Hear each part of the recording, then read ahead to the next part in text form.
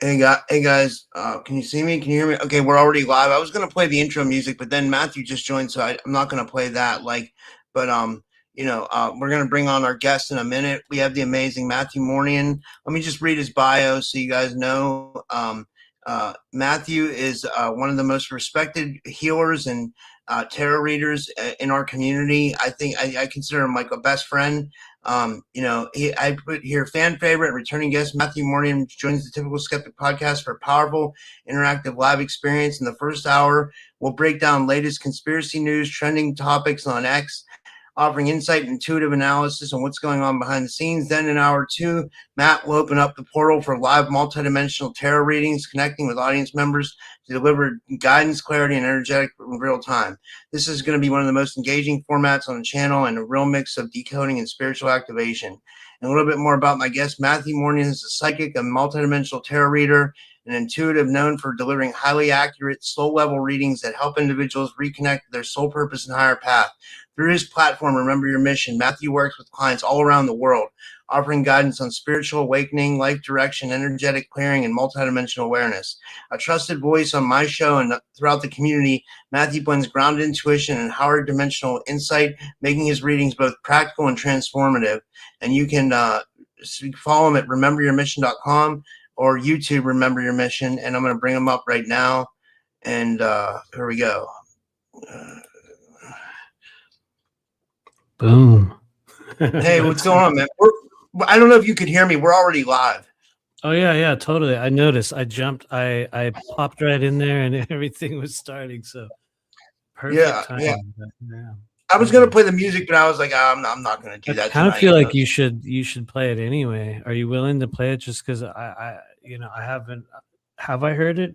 I'm not sure. Maybe we should watch it. Yeah. Well, I mean, but like when we're on the screen, it messes up. So I'm just gonna. I'm like, you know what? It'll mess up. So like, yeah. But like, how you doing, man? What's going on? Life goes on. Here we are, just past the the spring equinox here. So we're just cresting past those moments where there's the equal amount of both light and dark present and on our earth plane. And it's an excellent time for making new choices, for making new trajectories, for kind of launching yourself in a new direction, so to speak. And anyway, that was a hell of an intro. Thank you to whoever came up with that, whether it was Chat THC or you or anybody. That was amazing. Thank you.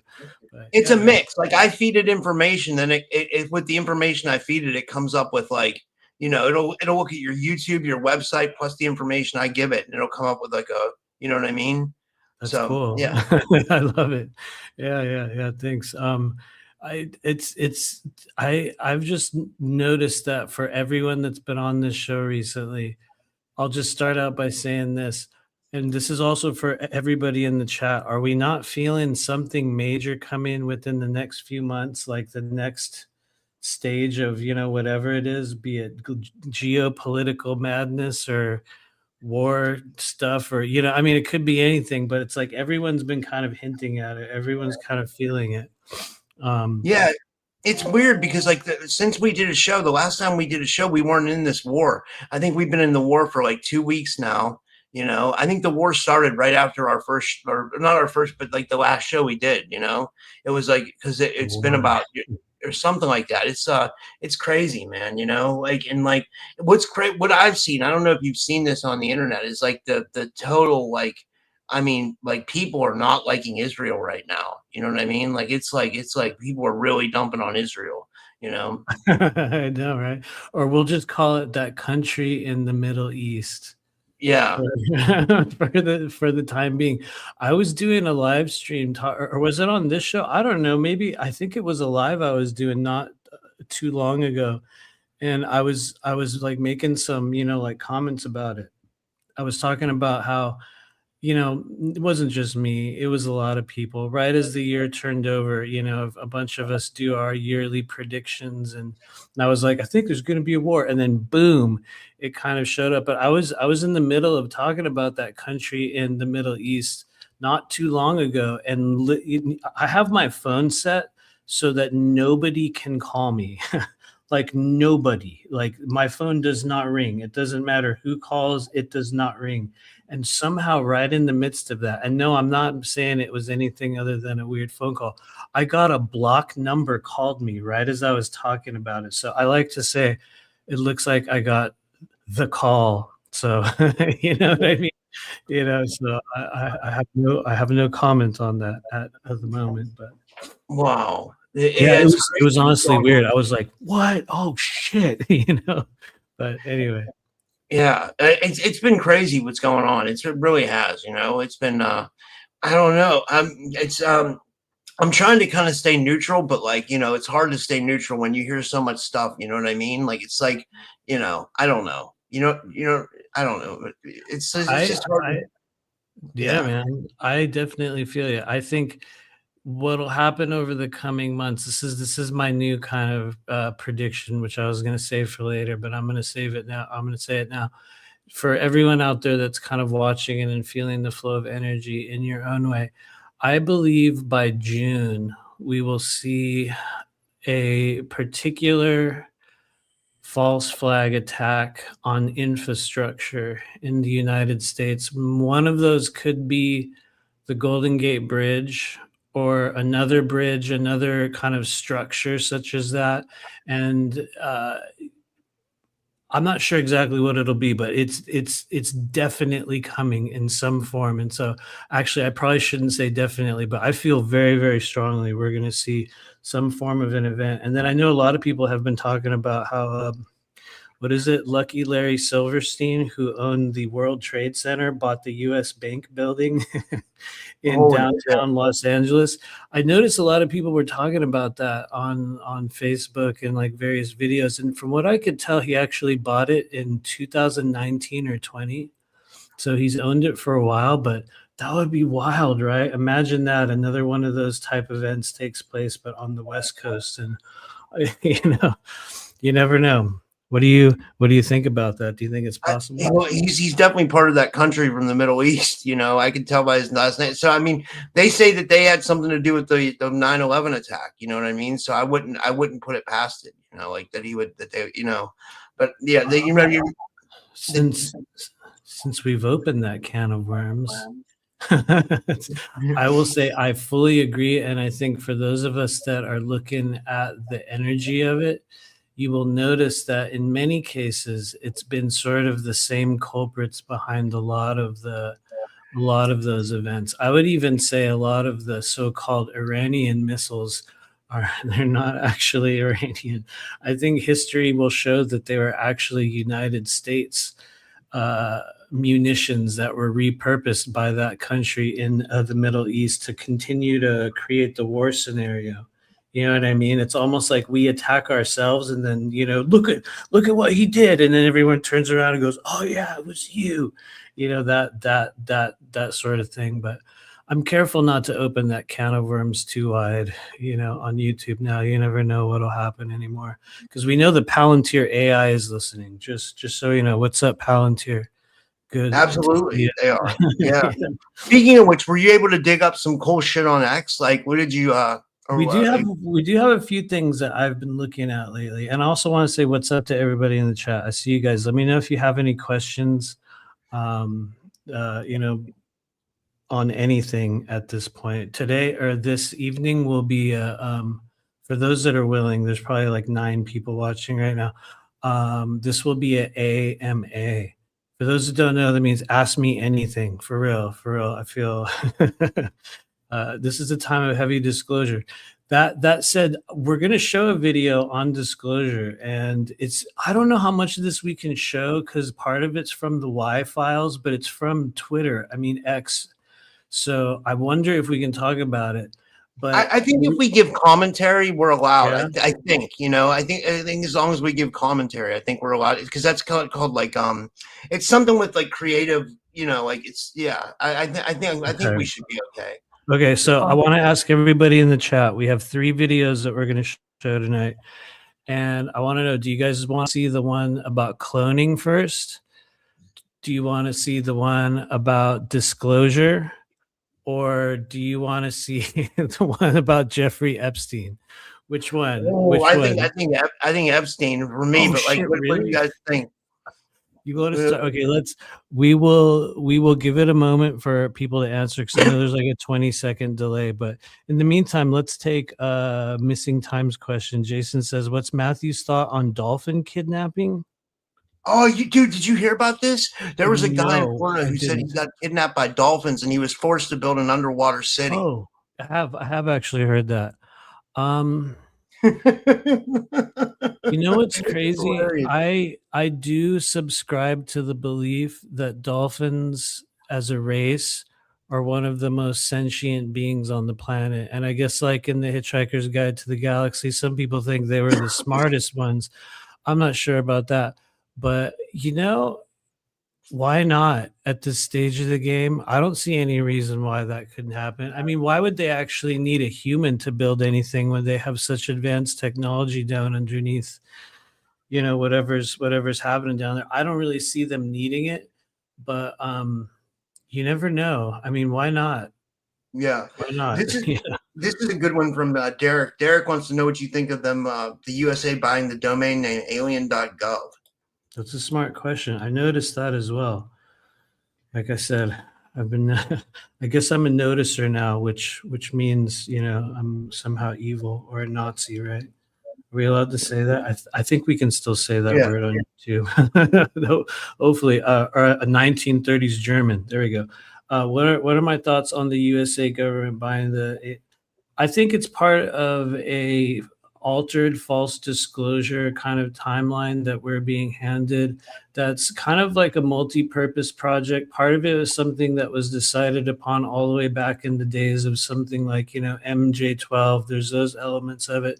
And then there's a lot of that information seems like it's been sort of, hijacked and co-opted. And now it's being used as somewhat of a distractionary tool to sort of take away from, focus on, not to say it's all about Epstein files, but things like that. It's being used as a sort of carrot that gets dangled in front of people, which honestly is really not a bad thing, because I'm under the impression that any layer of, public disclosure is in generality kind of a good thing.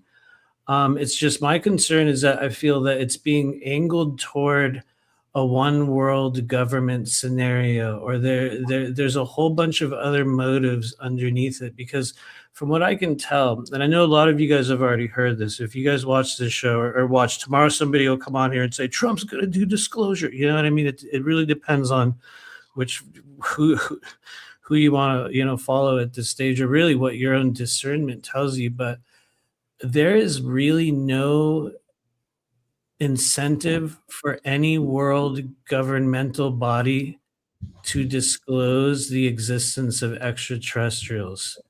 It offers nothing to the power structure. It gives them no advantage whatsoever. And some people will disagree with me on that. Some people say, sure it does, because all the hidden technologies are going to come out. Who said anything about hidden technologies? You know what I mean? We're talking about aliens. And I think that while those go hand in hand, I don't see it as being true disclosure. In fact, if you want to get technical, my belief is disclosure as a concept or a sort of a catalyst for change has already happened. Like, it's just, people need to have this thing where the government must tell us what we already know to be real. And that, I've just never accepted that. You know what I mean? I've never really cared what they have to say. Not that I'm immune to it. It's just, it was never a factor for me. And so I think it'll be cool because I think we'll probably learn a few things over the coming months. How much of that, is true, I don't know. But anyway, I could go on that one. No, I think you're absolutely right. It's like all those of us that have known, we know, right? Like people who've had like contact experiences, and I think a lot of people in our audience are like contactees, or they've had some kind of weird experience that they question that like makes them think like they're making them realize that like there's other stuff out there besides like us. You know what I mean? Like, so I think it would be cool too. But I think a lot of people, like you said, they already know. Like it's Yeah, like yeah, like at least in our audience, right? But absolutely. I but mean, dude, if you want to get technical, I think there was even like, there's a lot of people in the chat that are going to know more than me, but it's been stated and hinted at going back years now through multiple layers all over, every platform and every area of like media. So much so that I think even if they did, if like Trump came out and was like, here we go, aliens.gov, it's, the best alien website out there, you know what I mean? And he shows this aliens.gov. It's like, even if they do that, everyone's still going to go to work in the morning. You know what I mean? Everyone still has to take out the trash. A few people will literally lose their shit. But the reality is, and this sucks to say it, maybe I'm a little bit cynical. Some people would say I'm more of a realist, but the sad truth is, I think we're still living on a planet where the majority of the people are living under this dictated version of reality where it's almost like they won't care about it unless they're told to care about it, which yeah, we also see with things like the Epstein files, which I hate to say it, for those of us in these, communities, it's a way bigger deal than it is all across the planet. The yeah, reality is most regular, like people out there, and I'm not saying this with any kind of twist on it. Most people don't really give a shit, which is yeah, sad. It's a very sad thing. I'm not trying to, make it into like, humorous, but the world doesn't really care, which, anyway, yeah. that's a whole other, It's it's a just a whole good other. it's a good question to lead up to it. Maybe we'll do this one before we show. This is from Joan of Yeah. LeBlanc. Why do people still think the government is going to change the world for the better? I was thinking like I kind of thought this before, and now I'm back onto it. I really think there's a shadow government that controls our country and controls the world, and then possibly outside that shadow government could be like non-human entities. I don't know what they are, but I think that's the way the control structure, and the way that makes me think that is because like I kind of back Trump, I'll be honest, and then this war made me see something different. And I was like, wait a minute, if these same wars are being started with different presidents, like who's controlling it then? It seems like someone calls the shots. And I was like, and I've always thought there was a shadow government that controls everything, I don't know. It just seems like we don't have a choice, that's just kind of I'm not sure though, I don't know, like, because I have no way to prove this. Yeah. Yeah. Honestly, I'm in the same boat. There's a multinational intergalactic corporate criminal cabal. There we go. That's a mouthful. You know what I mean? That's like, been in charge of this planet. I think if you're one of the people that watches this show, it's like you're gonna already know this in your own way. And you know, I think that's just the mindset of most kind of humans that are living as, unawakened beings, or, what I call like living under dictated versions of reality. It's kind of like, wasn't it Ronald Reagan that said the scariest words were, I'm from the government and I am here to help. You know what I mean? I Yeah. think he gave some speech where he said that, you know what I mean? But yeah, I I've said this a million times and I will say it again. I treat everything that comes out within media these days as a form of entertainment, whether that be a war that's taking place in the Middle East, stories of disclosure, the drama that we see, even the drama we see playing out in things like this little weird disclosure community, secret space stuff. I think the way that I have remained immune to getting really torn up or like, pulled away off track by a lot of it. And not to say I never have been, but the way that I've remained, free from that is I really do treat them all like characters on a TV show. I really don't take any of it seriously. And some people will be like, well, that's not such a smart idea. There's a lot of valid criticism that could come to those who take that stance. But having been able to hold that for years now, it's like none of this worries me. And I'm not saying this from a prideful place. I'm just like, I honestly like none of it. It's like there's no reason for fear. Everything is exactly as it should be. You know what I mean? This is the reality that we signed up for. I know some people don't agree with this statement, but literally everyone chose to come to Earth. You don't get tricked into it. We'll discover this after you're dead. You'll all forget me and everyone else that told you this. That doesn't matter. But you will notice that everyone chooses to come here. There are beings that have had to go through series of trials and tribulations in so many other realms before they can even come to Earth and live the human life cycle. So it's like everyone that's here now, number one, I believe, are people that have done this journey time and time again. I heard somebody on your show saying they didn't believe there is any new souls on the planet. I don't know if that's true, but I think that we are in a stage of existence that requires and calls forth beings that are much more, experienced within the cycles of incarnation. And I don't know. Anyway, not to go on too long, but this is literally what we came here for.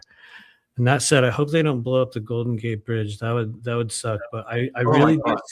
do see something like that coming. I really do. Do you think it's going to be like a sleeper cell attack or a false flag, and they'll blame it on a sleeper cell? That's a good question. I mean, I guess it remains to be seen. I am very, very skeptical of the sudden explosion of sleeper cells. I feel like it's a perfect tool to keep everyone in a state of doubt and mild paranoia as to what could happen at any moment. I'm Yeah. not saying that it's not real. It just stands to reason that if any one of those countries that actually had a bunch of sleeper cells in the United States, if they were actually going to do anything, it's like, damn, bro, you've had like 20 chances at this point, man. You haven't done shit yet. So it's Yeah. like, what are you waiting for? Maybe that means that it's not as profound as we think it is, and then like if you look at, all the people that were, running through the border over the past few years, I'm sure there is, a number of those within there. But honestly, when I look at the concept of the so-called, sleeper cells right now, I would say China would be way more likely to pull something like that than anyone in the Middle East. I know it's a very unpopular idea depending on what side you fall on. And I guess I'm kind of like making a little bit of a stance by saying this. But from what I would call an energetic perspective, I don't see Iran really having any incentive to fuck with America at all. Yeah. I don't see any evidence that says they had been attacking us for 47 years or I really don't. And I've spoken with people from the Middle East as you know what I mean, at length. And most of them are in agreement with that as well. We could even say that "Death to America" chant, and this is from someone very close to me who speaks fluent several forms of Arabic. She says that's not even grammatically like correct the way it is spoken through many Asian cultures or Arabic cultures. It's not even phrased like that. These are all creations of something outside of it. I'm not saying all of them, but it's just honestly, it's a fascinating thing. It's a fascinating thing to look at. It really is. I'm trying to, like it's weird what we're going through, the times we're going through right now.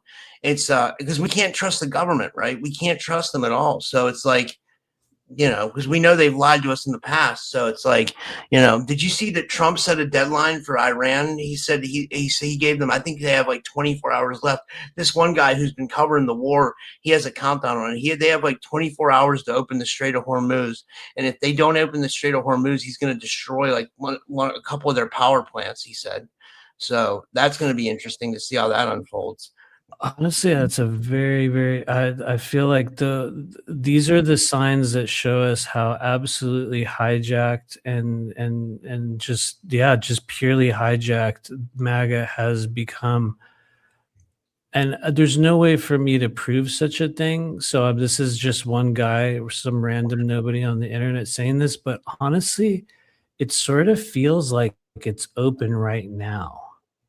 Like it's Yeah. already open.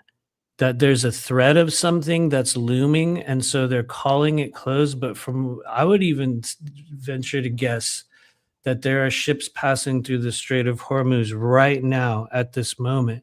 And what it really is just, continued kind of attempts to completely annihilate Iran, which, here's this craziest part about it. I'm not saying they should or shouldn't be, you know what I mean? I'm not here to try to, say one side is good and one side is evil. And it's funny because I didn't expect us to go into politics here, but it feels far more open than we think. And I think it's more just Trump taking, he's just doing exactly what they tell him to do, but Yeah. anyway, a lot of Yeah. people are going to disagree if we get the MAGA people.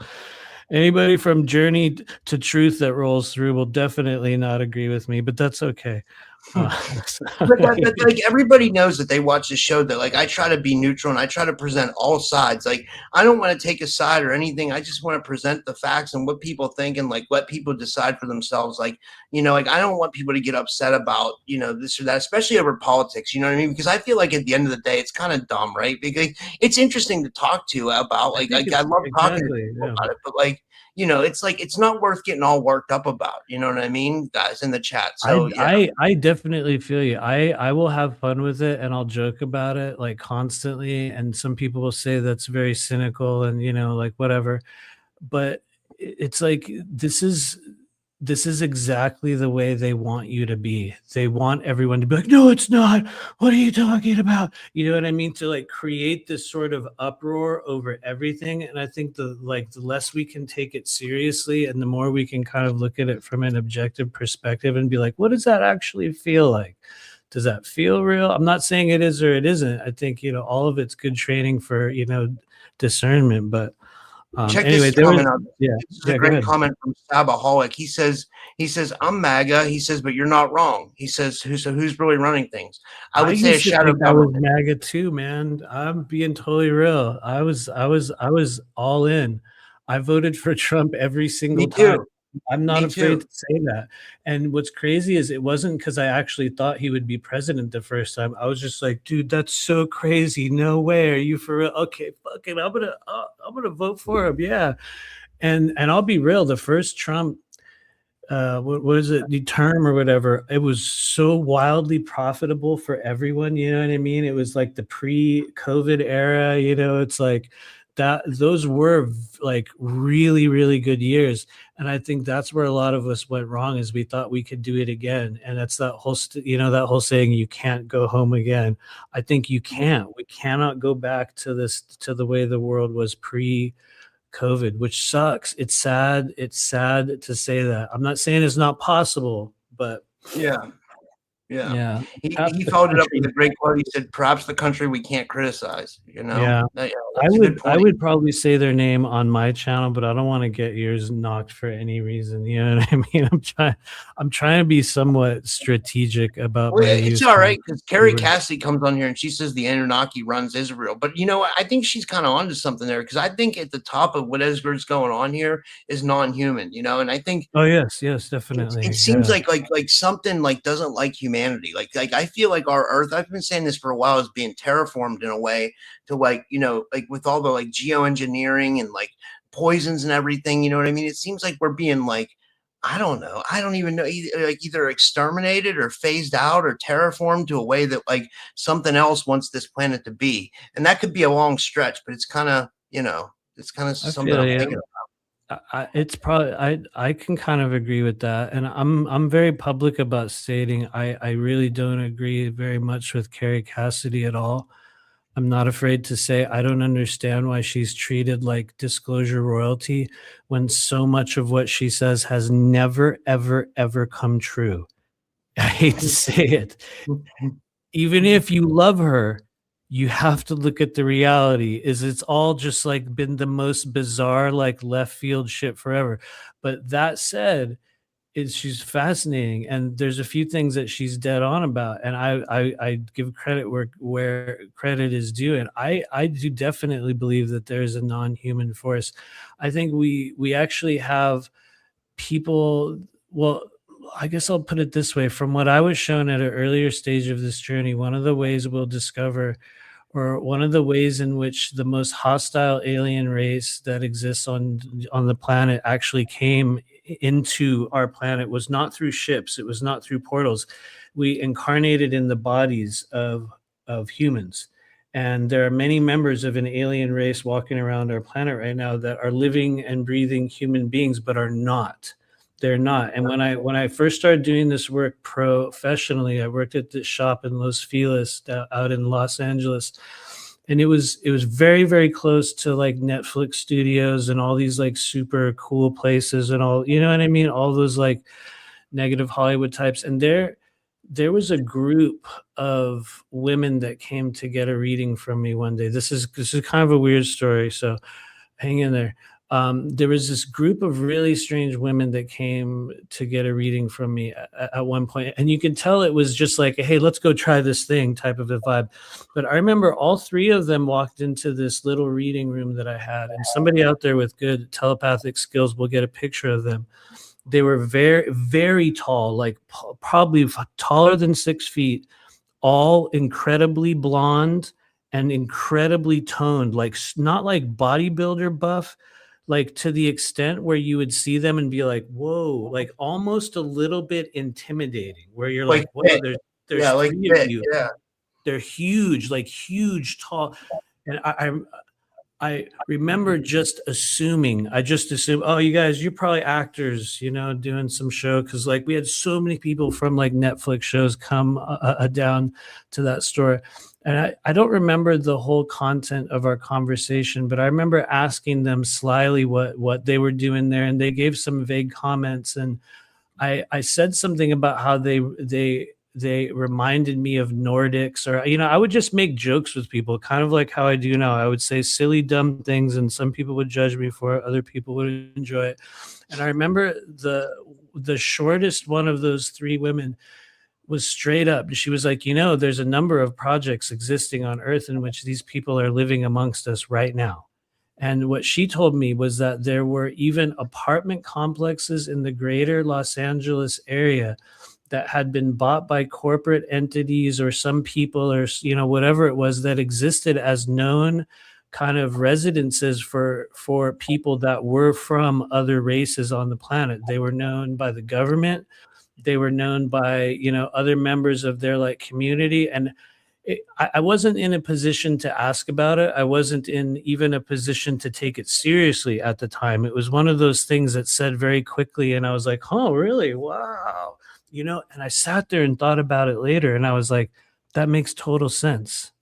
To me, that makes absolute sense. What better way to bring your people to this planet other than by having them incarnate in the body or be switched over into the body of an organic portal or a human, I guess we could call it. But which brings me to a video that I want to show. It's not the Epstein one. It's not. Speaking of which, I just wanted to say real quick, we got to Jason. I don't know what happened, Jason. Why you're not on YouTube? Jason said he got kicked off YouTube, but I didn't kick you off. I don't know. Well, you can come back over. I don't know why. What honestly, dude, I don't know what happened. But speaking of Carrie Cassidy, before you show this video real quick, have you seen that this General Neil McCaslin went missing? He was like a UFO researcher, and then also real quick, his friend. I looked it up just now. Her name Monica Reza. She's a rocket scientist with professional ties to McClellan. She also disappeared. So it's weird. It's like UFO researchers are disappearing, and what's weird is these people have ties to shit that's going on in space, which I think is fascinating, you know? Do you think they're dead, or did they get recruited? I don't know. You know, like I think in? Jason and Derek would know more than me, but like because I think they've been they follow all the UFO stuff even more so than I do, you know. But like it's definitely something, you know. It's and then Carrie Cass, speaking of Carrie Cass, she's been following it too. And then now there's a new thing that came out that said there's 6 people missing, like 4 people injured, or 4 people, 6 people missing, 2 people dead, or something like that, you know.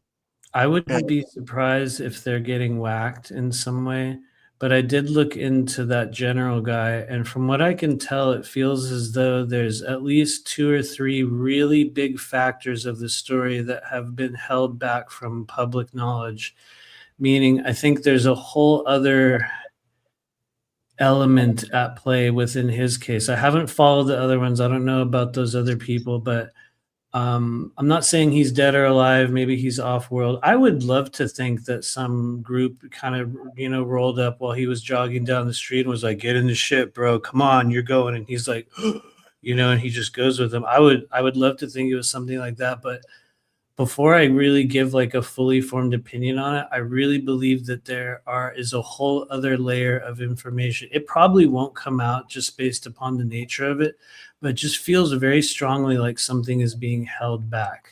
Yeah. Like they gave us part of the story, not the other part. Because if we heard the quote unquote other part, we would be able to go, oh, you know what I mean? It'll give too much in the public eye. Kind of like that other old lady that went missing, totally different story, but the anchor woman from, what is it, NBC or something, the Guthrie family, how that their mom went missing, or Savannah Guthrie's mom, right? Yeah. Right. Talk about like blood cult, like Illuminati sacrificing. I mean, that is the most outright like deceptive murder, whatever missing persons case I've seen in so long. Yeah. And it's funny because as soon as like the Middle East kicked off, it was gone, right? You know what I mean? All of a sudden, nobody cared about ICE anymore, or the missing old lady. Right. It's weird. That is weird how things phase out like that, right? Like, like, is ICE still even happening? Like, what's going on in Minnesota? I wonder. Does anybody know? Like, it's weird. Well, I think there's still something going on there. I mean, I might be wrong, but I thought as I was flipping through, like the YouTube stream, there was some sort of a video of a protest, but I can't say that it was even Minneapolis. I honestly don't even know. It's just kind of funny to see that, but yeah. Anyway, I could go on and on about it. Oh no, I'm excited for these videos. Yeah, these. Okay, here we go. Yeah. Okay, we're gonna watch this. This is not the one you guys think. It's not the one you think, but we're gonna talk about the replacement process. The replacement process. Hopefully it'll play. This one doesn't come anywhere from YouTube, so I think we can just play it. Here, I'll make it big screen. Hopefully the audio works. Here we go. Glenn Kelly asks, is anybody else getting hit with YouTube ads? You shouldn't be getting a lot, Glenn. Like I'm so allowed to pay. It should be like one every half hour. It shouldn't be like a lot like that over and over again. They take advantage of it, Like I should just turn the ads off during live streams, but like it's all good, man. They definitely take advantage, Pretty soon, I'm gonna do an entire live stream of only mid-roll ads. It's going to be announced. It's going to be like a regular live stream, but as soon as everyone like clicks on it, it's just going to be ads for 3 hours.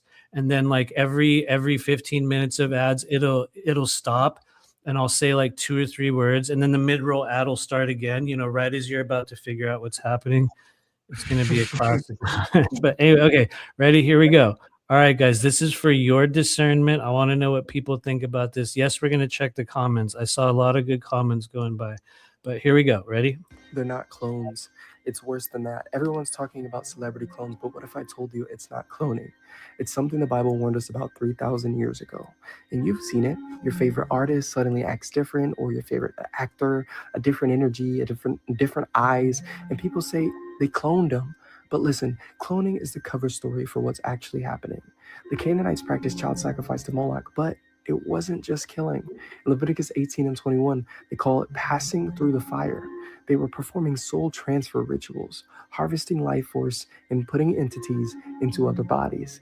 That technology never died. It just went underground. Wow.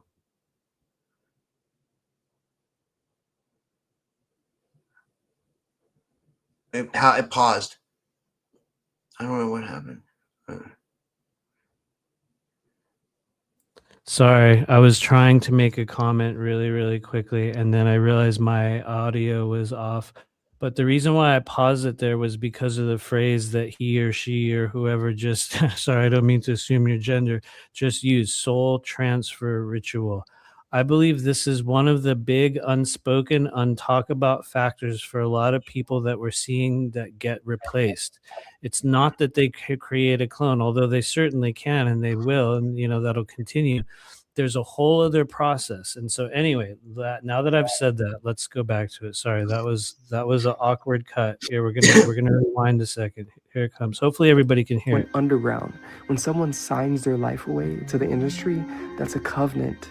It's a trauma-based programming, and it fractures the original soul. And rituals create the opening. The original person dies spiritually, and a prepared entity walks its way on in the same body, but a different driver. And that's why they seem off. In Mark 5:9, it says, legion, multiple entities in one body, familiar spirits.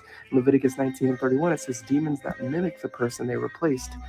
This isn't new. It's ancient Canaanite tech repackaged for entertainment industrial complex. It explains sudden personality changes, lost memories, and different mannerisms, and doing unspeakable things without remorse, because their conscious left, and what's operating now is something else entirely. They don't clone bodies, they steal them, and you're watching it happen in real time. Boom. That was cool. Although I think they are cloning a lot of people. Anyway, I'm sorry, go ahead. I think you're absolutely right. I think that dude's spot on. Like it's got soul transference, he said. So because like when you see Jim Carrey, like going back to that, he just looked like not himself. Like it was so fun. Like I think it was Pink Bella sent me a video the other day of like Jim Carrey. It was another one where he was talking like really hard against like the V word, the thing that they put in your arm or whatever. And he was on CNN or something with some lady, and he was like really going against it hard, and he knew all these facts and stuff. And then there's videos of him like spiritually aware and stuff. Like he knew about a lot of stuff, right? And now it's just like when they show him, it's just like he's in like Neverland or something. Like he's just right. Out there, you know what I mean? And his face looks different, and like his features look different, and it looks like there's something in him or something, or like something's controlling that body, not him. Or I don't know. Yeah, that makes sense to me. Yeah, I feel you. I still think the whole, which I know is like such old news now, but I still think that Jim Carrey scene that we saw was an actor or a body double. Maybe we'll find out more about him in the future. I really haven't looked deep enough into his energy to say whether or not I feel he's dead or alive or, whatever. But one thing I do feel very confident about is that the person that we saw in that one video, and I think it was also shown possibly in the thing we just saw, like right at the start, I think that was an actor, but it's kind of irrelevant at this stage because there's really no way that we're, you know what I mean? There's really no one that's gonna, disclose that to us. And so, anyway, any comments or questions on that? Woo Rider says, Jim Carrey made a statement. It was some type of, how do I say the word, I guess, paid actor. Right. Absolutely. I am in agreement with you. Yep, it was an actor. Yeah, see, a lot of people know this now. But alongside that, I believe the soul transfer thing is something that we're going to see more of in the coming months. We're going to see a difference. I was trying to find a video on Twitter where they talk about how they think Trump had been replaced in some way, that they had done that something. Could be possible too, right? Because like the calls he's met, right? It's weird, right? It's it almost doesn't. Yeah, it is I can weird. tell you one thing. I really think they have him on blood now. I think he is on regular blood. Like they're feeding him with some form of like infant stem cells, or he's getting those like young blood, like transfusions. Not that I have any evidence for that. It's just a feeling within his energy. I believe that he's at the stage where he's too old to be so energetic in certain settings. And I think part of the reason why they're propping him up and like how, part of the reason why Israel is kind of overtaking so much of what's going on there is because also they don't want us to find out that they're pumping him with blood. And I know that to some people out there are going to be like, what? That's so crazy. That's so dumb. You're going to hear so much more about it in the years to come for those who don't already know. Remember there was Pete. Remember, I think we went over it in a show with you. We had P Diddy's Blood Boy. Remember we watched that video. Exactly. That was insane. That was insane, and I think that's really going on. You know, like that's a real thing. Because blood's like life force. You know, it's like it's really like life force. Worth more than all the money in the world. You know what I mean? But wow. Anyway, that said, okay, are you guys ready? We're gonna do another video here. This one is the disclosure video, and I feel like people like Jason and others are gonna know a lot more about the individual that we're about to look at. This one's from the Y file, so I'm gonna pause it in a couple different areas, although it came out on Twitter. But the reason why I'm showing everybody this is not necessarily because of the prophecies that this guy's making, because it feels like there's a lot of truth in it. Not that I'm going to be the best one to say exactly what's going to happen with all this stuff, but you can tell he carries a lot of truth. And yet he also does a few things in every video that I've seen him where it's like he's displaying very concerning elements of body language that, for those that know, have a very high likelihood of indicating some form of deception. And I'm going to show you that. We're going to share the video, and I know some people are going to be like, no, it's not, he's for real.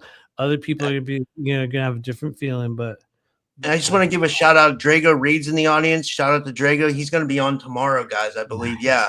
I gotta text him to make sure we're still on. And then shout out to Heidi Pop. I see Heidi Pop's in the audience too. And everybody else. And whoa, Rockin' Rach is back. Holy shit, I haven't seen her in forever. Holy shit. Did you remember this? She used to follow me and you all the time. She's a beautiful lady. I haven't seen her in a while. I'm glad you're back, Rachel, to the new channel. Holy shit, that's awesome. Thanks for rolling through, everybody. Shoot your questions in the chat. Make them all caps so I can see them. We're going to watch this, okay, you guys? Here it comes. You know who it is. It's our buddy Chris Bledsoe. Dude, I love Chris Bledsoe, though. I'm a Bledsoe fan. I hate to say it. Like, I'm a sucker for some Bledsoe. The Book of Revelation. Right, okay, here, hold on. The way they explained it was, we had two timelines. We had a choice. They said that there were people in power scripting the Book of Revelations to bring about the end of the world. They want to do this. These religious nuts, I guess you would call it, people that are, I don't know why they want to do that. I think it's a shadow government, and that's why they're building bunkers and all that, is because they're trying to engineer the end of the world. Yeah, and that's what she told me. That's what the beings told me. They were trying to bring about the end of the world. I'm going to pause it there first and say I absolutely agree with this. That is something that is literally happening, as far as I can tell, literally true. There is a absolute plan to bring about end times, end of the world. This is a real thing. A lot of us. Did you ever see how? Oh, I'm sorry. I mean, see how Pete Hegseth talks, the director of War. It's like he wants to bring in some, like a weird, like biblical timeline. You know what I mean? And then also the way the Israelis act too. I guess that's a good term for them, Israelis. You know, the Israelis that I heard they're sacrificing red heifers and everything else. You know, like it's I really know, right? Strange. The red heifer. Oh man. Okay, right. So yes, that is literally true. That's my opinion, but I believe that it's absolutely true. Let's keep going. And if we go that route, it would end up in Armageddon. And like the Bible says, Jesus comes back and saves the world, right? So that's what I was talking about with Sean Ryan, was that timeline. But the other timeline they said was that the reset button didn't have to happen if we made the choice to seek the light and remove the darkness from and that they were going to help. And that's by waking us up. And does that lead us into the 2026 event? 2026 into a time of awakening, peace, not war. And you have been called, I know you don't like the word prophet. Right. Here's the other part. I believe it's not the 2026 prophecy. It's actually for a year or 2 or 3 in the future. And no, I do not have any evidence for that. But we're going to keep playing the video. Here we go. So let's just call it a prediction. What was the prediction that the lady made? Well, what she told me was that it was a riddle in a way. She said when the red star of Regulus, now keep in mind, I don't know anything about astronomy. I don't know what Regulus is. She just put these words out. She said, when the red star of Regulus aligns in the gaze of the Sphinx, and she showed it to me. It looked like a little red ball. Now, Regulus is blue. It's blue. But she said it would appear red on the horizon just before dawn. When that happens, at that point. Right there. He's going to do it again. It's very important for those of you guys that are out there trying to gauge or understand what is true, what is not true. How do you know when someone's manufacturing or misstating, or at times just straight up deceiving you. There's going to be certain things that you're going to look for. And I don't mean all the time, but whenever a person is in the course of telling a story, they will begin to do certain unconscious movements. And I hate to say it, he has two of the most classic ones. That's the very strange blink right before they begin to tell a story. And then they do this.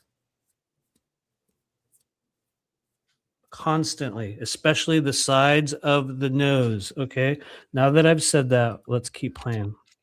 Would mark a shift into a new knowledge and awakening of the people. Don't mean that you're going to flip a switch and we all of a sudden know that day. I think it's just the beginning of a new era, a new knowledge, and maybe that's the revealing of this, the truth of consciousness. And this will be the Sphinx gazing at Regulus. Yeah. You know what constellation Regulus is in? It's in Leo. It's in Leo. Isn't that crazy? It is. Why does the Space Force have on their badge a triangle, right, with the Sphinx looking up at the star? That's funny that you mentioned that. If you look at a lot of the logos, whether it's NRO, there's all this Egyptian iconography on them. Yeah. It makes me think they know something we don't know. Oh, they do. They do. They do. I can tell you they do. What do they know?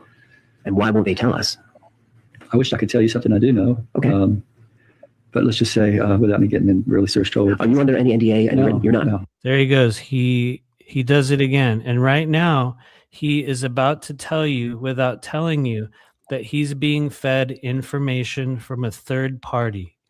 So you can speak freely. I can, but I might cut my toes off or cut myself off from a stream of information. As the legal counsel, I would advise you to be careful. Yeah, maybe we'll do it. But I do know that they documented things over the last several hundred years. Several hundred years. Ever since they started keeping records in the U.S. and abroad over hundreds of years, thousands of years, 2,000 or more.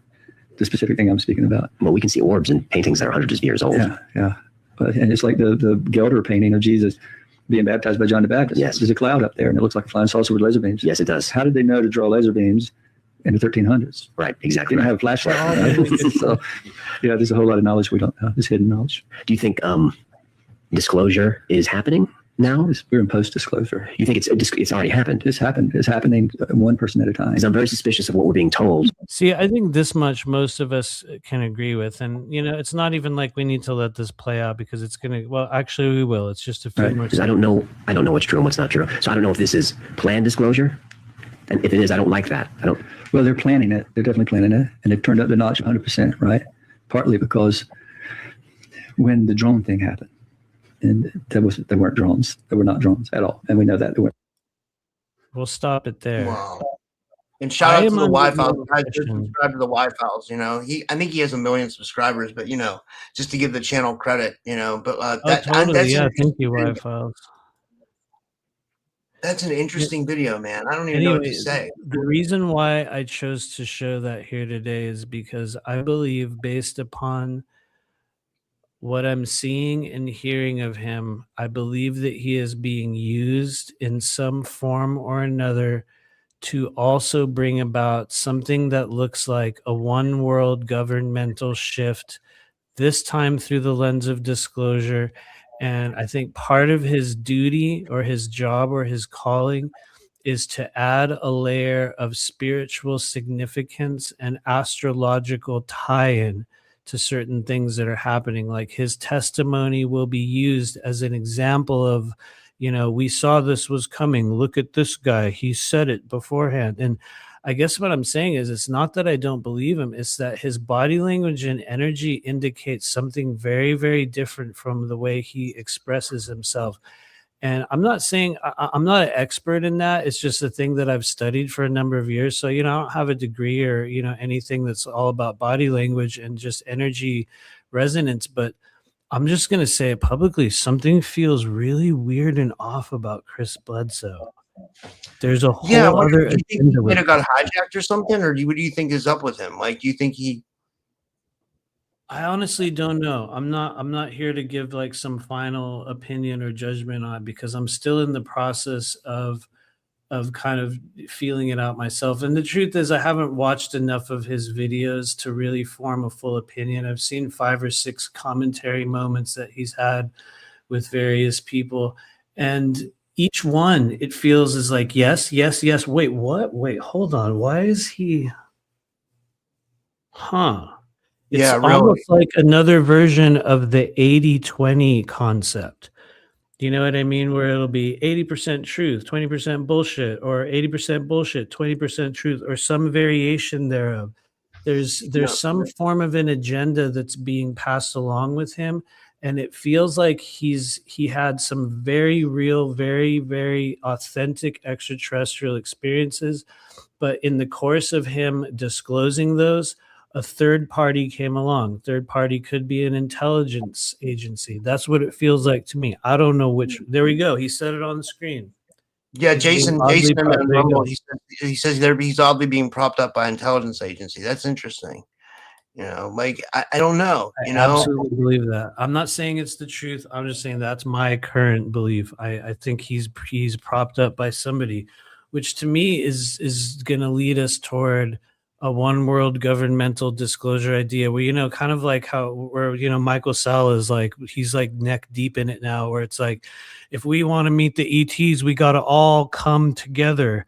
We have to all come together under one, you know, it's almost like hijacking the oneness narrative, you know, to go toward this one world government thing. And anyway, I'll shut up on that part. But just for everyone out there's, you know, for your discernment, I guess we could say. I see Aurora Diamond Art's like Michael Sala. yeah, I want He's to give a all shout out to right. Aurora and I love also Michael. Renee Nagel's in the chat, and also Crystal said she said konnichiwa from Osaka, Japan. So I'm wondering if Crystal's in Oh, Japan. is she? Yeah, she's in Japan. Crystal, I hope you go to at least one of the vending machine malls while you're there. And if you can, go to that theme park they have that's meant to annoy you. You might already know about it. I watched a video on it the other day. It was like a YouTube short where they're like, this theme park in Japan is meant to annoy you. And it's like this weird, like, anyway, somebody out there will know what I'm talking about. But That's cool though. are there any questions on any of that? I'm going to scan through if anyone has any questions. Yeah, any questions, guys? Let us know in the chat. You know, and It's okay if there's not. I just like I saw a few good things going by there. But anyway, while you look for questions, I'm gonna queue up. I think, do we have one more video? I think we do. Oh no, did I lose it? I might have lost it. That sucks. Oh yeah. Here it is. Did it already pass by? Oh man, I think it was the Epstein one. yeah, we definitely want to see that. Oh no, I think, oh yeah, here it is. Okay. So this was one that I just chose because it is so weird. I mean, just genuinely so bizarre. I'm not saying it's real. I'm not saying it's not, because I do think a certain amount of what we got shown within the files was placed. I'm not, well, I shouldn't go too far into that. It feels as though there was a lot of other elements mixed in to paint an overall story. I'm not saying, you know who else said that? Nathan Sizek was talking about that. He was saying that like they'll put stuff in the files as purposeful disinformation, and he Yes. called it he said it's a version of a honeypot. You know, Yes. and I think that's actually what they did. They put more stuff in there so we wouldn't make heads or tails of what the fuck's going on. Meanwhile, you know, but like one thing Nathan says, he thinks all the accusations are true. You know, Yeah. like all that, you know, all the, you know, but like, yeah, like I thought that was interesting. Yeah. Sorry, go ahead. I am inclined to agree, but anyway, that said, okay, here, hold on. Let me queue up this video here. I think we're ready. Oh yeah, I gotta click screen share. Here we go. And thanks to everybody that's been hanging out. We're gonna do some readings in a little bit here after we watch this video. Let's see, where is it? Yeah, I tried sharing the links for people to donate. Boom, here it is. Okay, this was a really weird one where I was like, I did not know this. I just learned this. This might be from a few days ago, actually. But anyway, here we go. The Epstein files state they created Neanderthal clones. Okay, here we go. Epstein was literally creating Neanderthal hybrid humanoid beings in his underground tunnels and on his island. This was stated in the Epstein files. They're creating beings that look just like this by splicing their DNA and then creating a homunculus that grows on its own in their labs that they have, and then they do whatever they want to these creatures. Okay, really quickly, I'll pause it there to say, technically, that's not what a homunculus is. So, Yeah. not to go in, not to go into the weeds of like what a homunculus is or isn't, although we can, but that's definitely not a homunculus. But that said, I am inclined to believe this guy. Let's keep going. Which You I know, don't real quick, I'll tell you. Remember who talks about the homunculus? Is that dude I have on? His name's Juan. He has the One-on-One podcast. He talks about the homunculus. It's like a huge head, right? Or it's like a created being with a big head, or something like that, right? Or something like that. I'm not sure. Well, it is a created being. I can't necessarily say whether it has a big head or not. Traditionally, the original concept of the homunculus was actually very, very small. They were very Yeah. small miniature beings. I actually have an article that I pulled up, which we can even look at. Although it gets super, super weird. If anyone wants, we can go into that in a moment. But honestly, what he's saying is probably true. I'm not saying that, just because I didn't hear that, I mean, it probably is.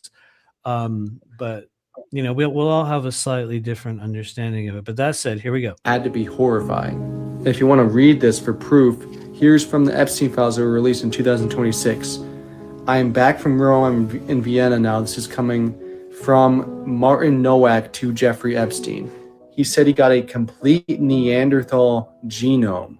Would you like to use this? The two of you could build a Neanderthal person. And so they literally did just that. And they bring the kids that they kidnapped and they torture them by having them interact with these strange homunculus creatures that they created. And the best way to scare someone is by showing them a literal monster at the age of like 3 years old or even younger. Like, you think that's going to scare a kid? Of course it is. It's going to scare them so much that their adrenaline gets pumping and it gets into their blood, and you know what they want from the blood once that happens. And this is all art, but it was made by Patricia Pancini, and she probably made this to expose what was actually going on. I'm going to pause it there to say, honestly, that feels kind of true.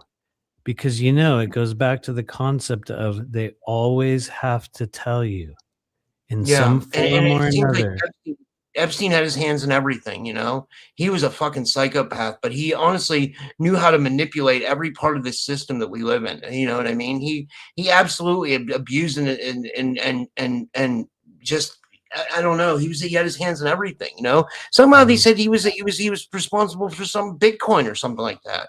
You know what I mean? I was like, yeah. I was like, this motherfucker was in everything. You know what I mean? Like, I'm like, it's crazy. Like, I actually got into trouble for saying that. Some people were talking shit to me. I don't think he invented Bitcoin, to be honest with you. I think that's part of the flooding the zone with disinformation.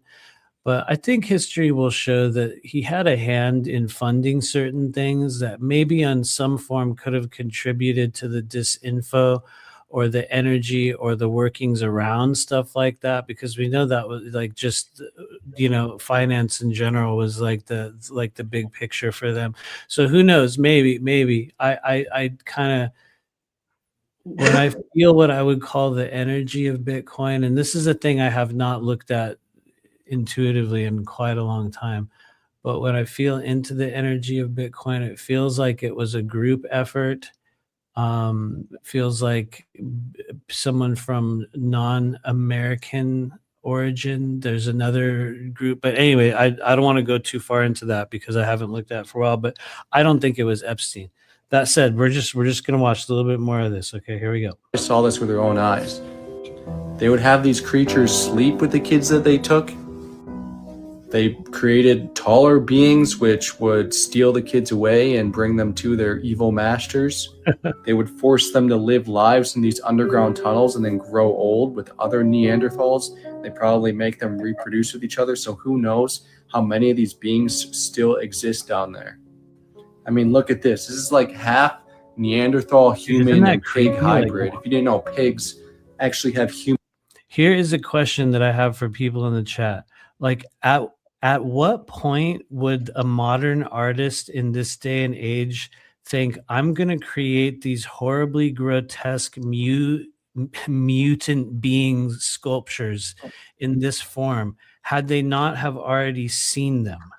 You know what I mean? There Yeah. had to have been some form of a representation of this that was shown to this artist, because it's just so fucking weird. So dude. I got a question for you. Do you think he Yeah. was bringing interdimensional creatures into our reality? Do you think it was something interdimensional? Like, do you think he saw these beings on an interdimensional level and then he started bringing them into reality?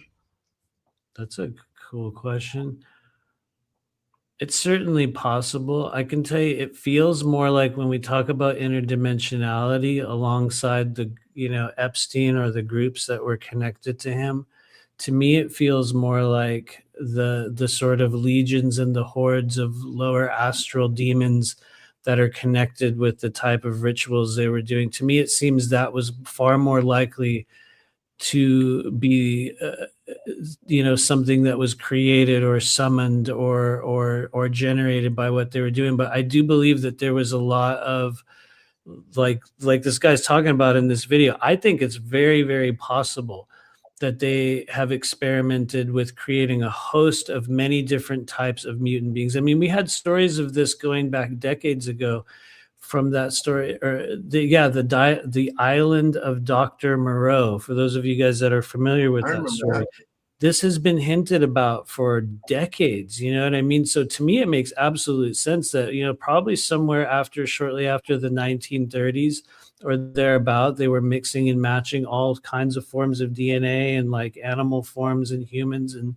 in a number of ways. And I think that's also been softly confirmed through other elements of like disclosures and, data that we found. But I sort of feel like they did create some really weird mutant cryptid creatures.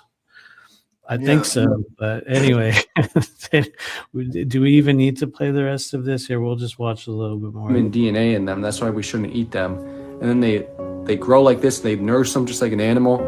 It's just like really terrifying stuff. But the whole picture is coming together now. We have the artwork, which shows what happens. We have the proof, and the government issued Epstein files that were released. We know that what they're up to. And there's that saying, the truth is stranger than fiction. Well, this is the strangest thing out of anything, and no one talks about it. But this is 100% what happened in those underground tunnels. There's no movies about this because it's too horrifying. It's too scary. Anyway, Wow, interesting. That's crazy. Just food for thought for your discernment out there. All those of you guys that watch this, I think it's kind of likely. You know what I mean? Amongst many, many other things. But anyway, what do you guys think in the chat? Be Legendary says, we have our own cryptid division in the military, and there's an old man in charge of 48 werewolves for overseas missions. Whoa. Do you see this comment from Be Legendary? That's amazing. Why? You know what? Why the hell not? I mean, I'm not even being sarcastic. I would love for that to be true. I would love for an old man to be in charge of 48 werewolves. Like, seriously. That's awesome. Well, that's insane. I'll put that up. My chat was frozen for a minute. It's okay. Yeah. Anyway, we could go on and on about it. I'm going to scan through, see if there's any questions. If anyone has a question, repost it, or maybe I'll find it. Maybe we'll find it. I don't know. We can start doing readings if you Joanna want. says that feels legit to her. I think people are, yeah, it sounds like he was really, it seems like, I mean, I don't put anything past him. You know what I mean? Honestly, from what we know now, honestly, I put nothing past that guy. It seems like he was a real monster, like absolute monster. Woo Rider says Peter Thiel, Musk, Epstein, and so on. The tree branches are spread out far and wide. I actually definitely agree with that. But the reason why I was kind of keying in on your comment is because, you guys, is Peter Thiel not one of the most fascinatingly evil characters to have shown up on the world stage in the past few years? Dude, he's becoming the next Dr. Evil, like him and Bill Gates. Is there like a running for who's the biggest Bill bad Gates guy? I think Bill Gates has got nothing on Peter Thiel. And what's wild is, I say this with respect because he seems like a fascinating person. But anyway, go ahead. Did you hear this part where, like, in the Epstein files, like Jeffrey Epstein and Bill Gates are playing like Minecraft or something together, or Call of Duty, and then Bill Gates gets pissed at Epstein because Bill Gates got an STD from a Russian prostitute, so he kicks Epstein off the Call of Duty server because he runs Microsoft or whatever, and then he brings him back. I'm like, these people are doing these like insane satanic experiments, and then they're just like living life like normal, like playing video games, like it's like nothing's happening. It's absolutely crazy. I didn't know that was true. I saw like an AI video version of it, but I had no idea that there was an actual story behind that. We got a question from Drago. Drago wants to know, what's your favorite AK? That's a good question. I am actually not a fan of the AK platform now that I've had an AK. If I was going to choose one at this stage, I would probably go with Kalashnikov USA, like one of their AKMs from, I don't know, maybe 2, 3, 4 years ago, like, because I think they had some financial troubles recently. So I would go back to like traditional Kalashnikov, but I have owned American AKs, and I'm just not an advocate of the platform. I feel that ARs offer so much more in terms of just accuracy, easier to obtain ammo, far more user friendly. AKs are great, but now that I've had experience with them, it feels like more of a meme gun that it's cool to have, you know what I mean? Like it's a cool thing to own, and people be like, yeah, it's cool to shoot at the range, but I was not really into it. I have to be totally honest with you. I actually got rid of it. I don't have it anymore because I didn't. But I have. Then again, there was also a Palmetto State Armory AK, which some people will say, well, that was trash anyway. Honestly, no. Palmetto State Armory has been making, in my opinion, very reliable and usually pretty good firearms for a long time now. People out there that know guns, some of them will say no, they don't. I don't know. I personally love Palmetto State Armory, but there's another AK manufacturer that I would take. I just can't remember the name of it. But anyway, that's way too much of an answer than than is needed here. Actually, no, you know what? Instead of an AK, I would go with a Galil Ace. I'll go with the Galil Ace. What is that? Like, what is a Galil Ace? It's the Galil Ace is kind of like a AK hybrid created by, I think, I can't say their name now, Israel, I believe, which I have not shot one, but I got to hold it and kind of play with it for a second, and it just felt so much better. It felt so much better than the traditional AK. But there's going to be some people. There's going to be a lot of people that do not agree with that. Anyway, don't ask me any more gun questions because I'll talk way too long on it. Sorry, guys. I'm just putting the donation links in the chat, guys. The Buy Me a Coffee is always there, but I'll put like the PayPal and Zelle and all that if you guys want to do it. If you want, I guess we could get into readings. So I already have people that want readings. One was Dana Krieger. She's not watching tonight. She's going to watch later, and then one is for Primal Cry. So whichever one, wherever. I guess we could do Dana first, I guess, since she's not here, and then maybe we'll switch to Primal Cry, and then if anybody else wants a reading, put your name in the chat, I guess. Yeah. Let's do it. Oh, he says that Daniel Defense has an AK. Really? I wonder. Maybe they do.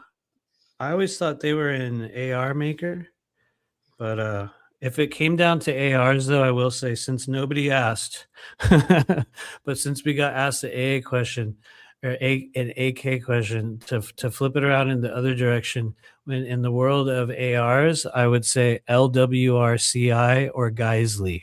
Those would be my choices.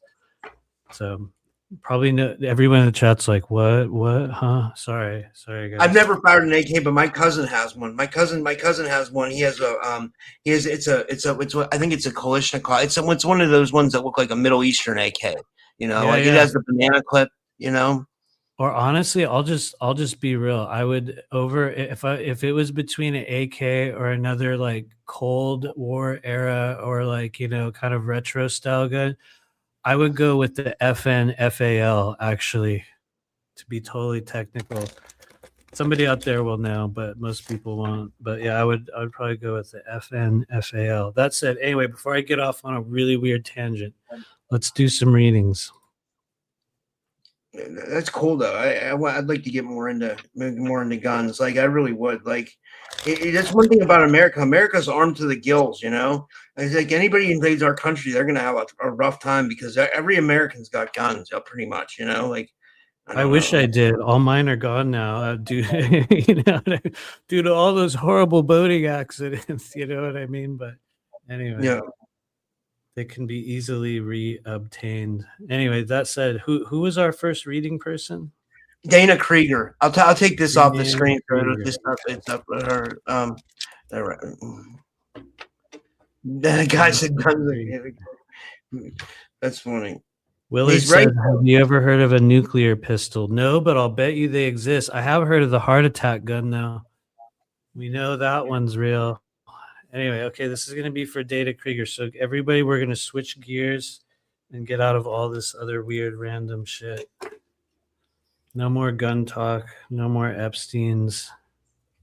Now we're just going to look at Pibble memes for the next 45 minutes. We're going to look at Pibble memes and cats with hard hats. That's it. And a bunch of AI cat videos. I love those though. I do. Okay, here we go. Dana Krieger. Everyone out there, you'll hear me say this about 12 seconds after I say it, but I'm going to count from 3 to 1 and we'll just take a slow breath in 3, 2, 1. Breathe in.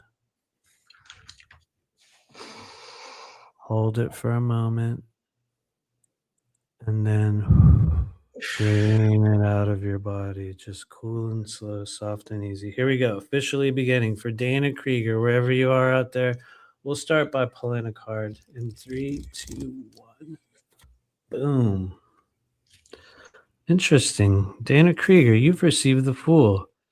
Now, some people out there see the Fool card and they get like, oh, what? You know what I mean? Some people can get a little bit bummed by the Fool. You know, for those that know the Fool, they would never be upset about having it because the Fool is secretly the most powerful character in the entire world of tarot. And when it appears in your readings, let's just say in a moment like this, a momentary reading over social media, it's up to you how much emphasis you want to put into this Fool card in your life. But you stand at the threshold of a very new journey, a new trajectory, or a new direction in your life. It's not so much that you need to know exactly what that direction is right now in this now moment. But what you do need to do, if you want to use the power and the ability to create new avenues and pathways toward manifestation, is you do have to be very specific about what you want right now. One of the issues of the Fool is that they're oftentimes either coming out of or entering or in a stage where they've just been kind of wandering and meandering about the world, and you know, which isn't a bad thing to do because the Fool can do that. But there comes a time in which people that hold this energy want more. They want to be seen differently. They want to grow. They want to obtain more from the world, and they forget how capable they are. The Fool is very, very useful because it tells you if you're willing to be specific about what you're choosing and take very careful steps toward the manifestation of that, you can make incredible headway in your life. But just be aware that the Fool as an archetype is classically unaware. Like, you won't know what you don't know. There's going to be elements of energy, places, people, things around you that need to be obscured from your knowledge so that you can make your own decisions. I would say one of the more important things that you do when the Fool comes in is, number one, you make a choice in terms of what it is that you want in your life and what direction you want to go in. And number two, as you begin to put that in place, you must listen to warnings. Because when you look at the symbolism of the Fool, he doesn't realize he's about to walk off a cliff. However, if you listen to that little dog that's nipping at his heels, you know, he might be like, what? You know what I mean? And he'll kind of turn around and go in a different direction. That is could be a problem for the fool. The fool can stumble, and you will. Everyone that holds this energy in their life, as we begin a new venture, a new timeline, you're going to stumble. You're going to make weird mistakes. Just be mindful to listen to those around you, and honestly, make very determined decisions. And I will leave it there for the moment. But thank you. That was amazing, man. That was amazing. I hope that resonates with you, Dana. And yeah, this let's get to the next one. Thank you to the people who donated. This one's from Primal Cry, and she says she just said reading for Primal Cry. She didn't say any. She didn't leave a comment or anything like that. Okay, she's kind of new. Yeah, she's kind of new to the audience, so I'm glad that new people are showing up and old people are coming back. It's great. I will start out by saying, no worries. Primal Cry. I will start out by saying, I guess what I said in the other case, I feel it's important to kind of preface a lot of these readings with saying, take it with a grain of salt. Your body will be able to very accurately recognize what's true and what's not. Because I watch a lot of other readers and stuff on YouTube, I'm constantly shocked at how adamant people are about layers of energy that they perceive or all kinds of things that they're observing in a person, when the reality is we're all just kind of in a huge mix-up over social media. And so some of these things will be dead on, some of them won't be. The reason why I'm saying that, though, is because as I feel into your energy or whatever's, whatever presents within the energy that is brought into this moment, I feel a lot of the throat, a lot of needs for greater channels of communication, for developing your voice. It feels as though there's a lot kind of within you that has been unsaid, maybe unrecognized. And I think if you're looking for areas to kind of emphasize or to really, I guess, just propel yourself forward and being seen by the world in a better way, being received with, I guess, greater power, it's going to be through your voice. It's going to be through you coming into a stage where you're willing to say things that you weren't willing to say before, that you're going to be speaking truth in a way that maybe you wanted to for a long time and you haven't done. Stands to reason you're just at a really good stage where it's like, if you're willing, and who knows, you might have to tell some people this to fuck off in the midst of that. When we really begin opening the throat chakra, we might say a lot of things that we weren't accepting, or we finally get to express the things that we've been trying to for years. And so I just feel you have a lot of throat energy there. As I'm talking, if you're listening, you might feel it within yourself. But and by the way, I want to be honest, I don't know what a galactic reading is, so sorry. But that said, I will pull you a card. Depending on who you ask on this channel, a galactic reading is going to mean so many things. I don't do starseed origins, okay? Because everyone just does one of 5 different groups, right? You're either Andromedan, you're Orion, you're Pleiadian, you're Sirian, or you're what's the 5th one? What's the Lyran? Lyran, you know what I mean? And the reality is there's so many different races of beings that exist in this realm that I feel that those who do starseed origins readings, and I mean this for real, someone's going to get offended, most of them are bullshit. Literally. Yeah. And one thing I wanted to say is I think that we're all made up of all different kinds of ET DNA. I think that's why a lot of us look different on this planet. I think different ET civilizations settled in different parts of the world, and depending on where you're from, and it could be as easy as the Middle East, we know the Anunnaki was there. In Africa, it seems like the reptilians were there. In Europe, it seems like the Nordics were there. It's I think it's as easy as that. It's like, I don't know. I don't know what South America would be. But I mean, Mayan, yeah. Because what's weird is every culture has a story of ET contact and early ET contact. It seems like every civilization has an example of it. Sorry, I didn't mean to. Yeah. Oh no, that's totally okay. We're still gonna pull a card for her anyway. And so that said, here we go. This was for Primal Scream or Primal Cry, or the individual, the artist formerly known as Primal Cry. 3, 2, 1. Boom. You got a 10 of Cups today, or this evening rather, which for a lot of people is a good culmination. This is the happiest ending one can receive in tarot. And I don't mean a big, massive ending to a cycle of your life, although it could very well be. each of the 10s, when they appear in your readings, do bring up, endings, closing, culminations, things that kind of, wrap themselves up in your life. And the 10 of Cups is one of the best ones you can have. This is a very good time to really ask yourself, what are you carrying forward into this next timeline? Especially since we've just passed through this equinox gateway, meaning, there's a big rebalancing of energies within us. And the 10 of Cups is a really, really good one to have, because it often speaks to new beginnings and, benevolent closures. But you do have to be very mindful of what you're choosing to carry with you through that so-called portal into the next stage of your human existence. Each one of those 10 cups can carry something that is either important to you. It could be other people's energy. It could be experiences that you've gathered along the way, but it's very mindful to know what it is that you're holding on to from the previous stages, previous relationships. When the 10 of Cups is out, please understand that anything that comes to closure in the next few days or weeks is benevolent and meant for your good. Because sometimes the 10 of Cups will come into a person's life in a moment in which we won't want certain things to end, and we'll hope something continues. And the 10 of Cups is honestly the best version of it, because it not only renews your energy for a new cycle, but it asks you to be very careful what you're carrying forward, because whatever you take with you is going to manifest again. Like something will always return with a 10 of Cups, and it's based upon what it is that's in each of these 10 cups. Before we go, if you're wondering, what do the cups symbolize? Relationships, emotions, feelings, self-identity, a lot of things that we share with others in this world, which I know encompasses an incredible amount of things. But that's just the suit of cups. It's the realm of emotion. So when the 10 of Cups is out, you're going through a transitional stage within those things in your life, and it's a good time to be very specific, similar in a way to how I was describing the Fool. The Fool has to be specific about what it is they want.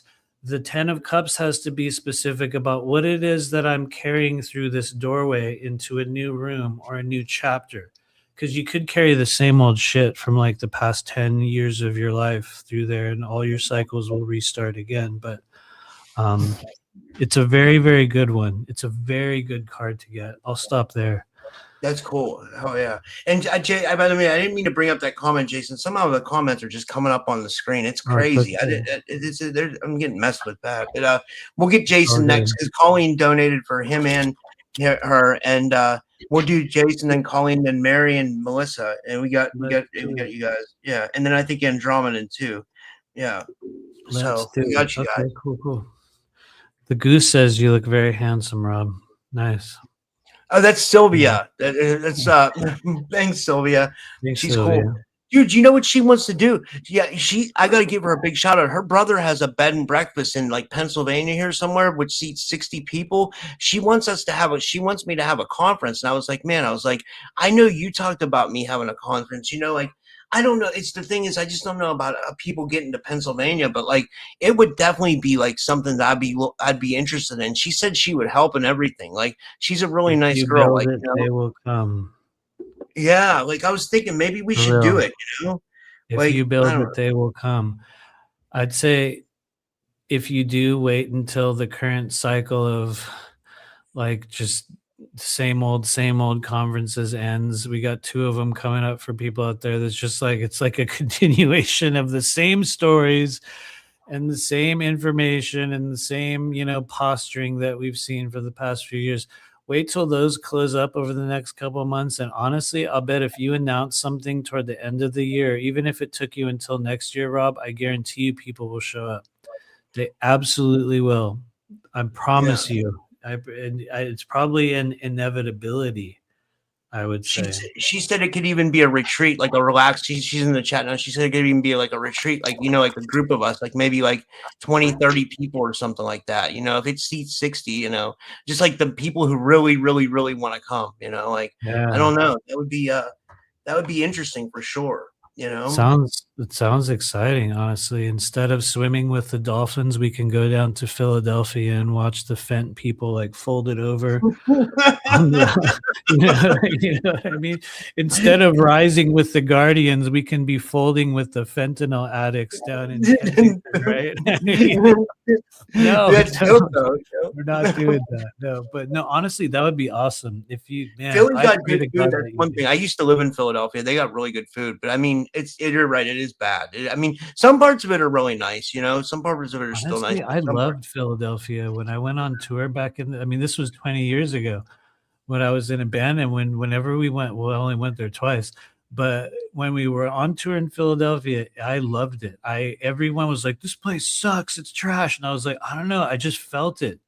I felt yeah, okay dude. there." Speaking of which, I follow you on Facebook. I'm always commenting on your stuff. Like, I love that picture of you and your band. Like, I thought that was. I think I only commented. I was like, "That's a cool picture," but like, I thought so much more. But I thought that was really cool that you showed that. You know. Thanks. I never show that chapter of me anymore. I don't know why. Do Honestly, you the think it's like because you're music doing these days were more readings like. on your channel? Sorry, I didn't mean to talk Oh over no, you. Like, I was kind of about to say I think for me the chapter of my life when I was into music and playing I don't know, what does that mean, semi-professionally? I don't know, meaning it's all I did for a while. When I look back on that stage, it was sort of like a battle that I had to wage against something for like years straight. So it's like, I know that sounds weird to some people out there, but it's like I don't necessarily have a lot of like blissful memories of all of it. It was a yeah. big struggle for me, and not for the reasons people would think. I was almost utterly and completely painfully sober for the majority of that experience. And I was very, very sick during the time in which I was in a band. I did not know how sick I was at the time, but for years, I had all kinds of hell stuff and was horribly over medicated and just had so many issues at that stage of my life that I it was definitely cool, and I think it was good to be able to go back and do some reunion shows. And we sort of put out an album. I think it was 2011. We put out like a compilation album that was just a bunch of songs that we had kind of saved over. It might have been before that too. My dates are really off, but sometime in the past 10 years, we released what I guess was like a final album and did a couple reunion shows. And I actually felt very complete by it. It was funny when I went back to do the reunion shows with everyone, I realized how different I was. And I was like, I cannot return to this world. It was like that version of me had sort of passed in a sense. And I was like, now I'm this version of me. But I've always been an all or nothing person. So anyway, Yeah. before I keep ranting, we're going to do a reading for Jaw 850. Here we go. Let's refocus our energy. Jaw 850. Here we go. We're going to pull a card for you in 3, 2, 1. Boom. Whoa, you got the Lovers. Hello. This is an uncommon answer. This is a very good time for you to come to full acceptance of every piece of yourself, everything about you, all of your masculinity, all of your femininity, all of those pieces that sometimes you try to hide from the world, or just the things that you have a hard time accepting about yourself.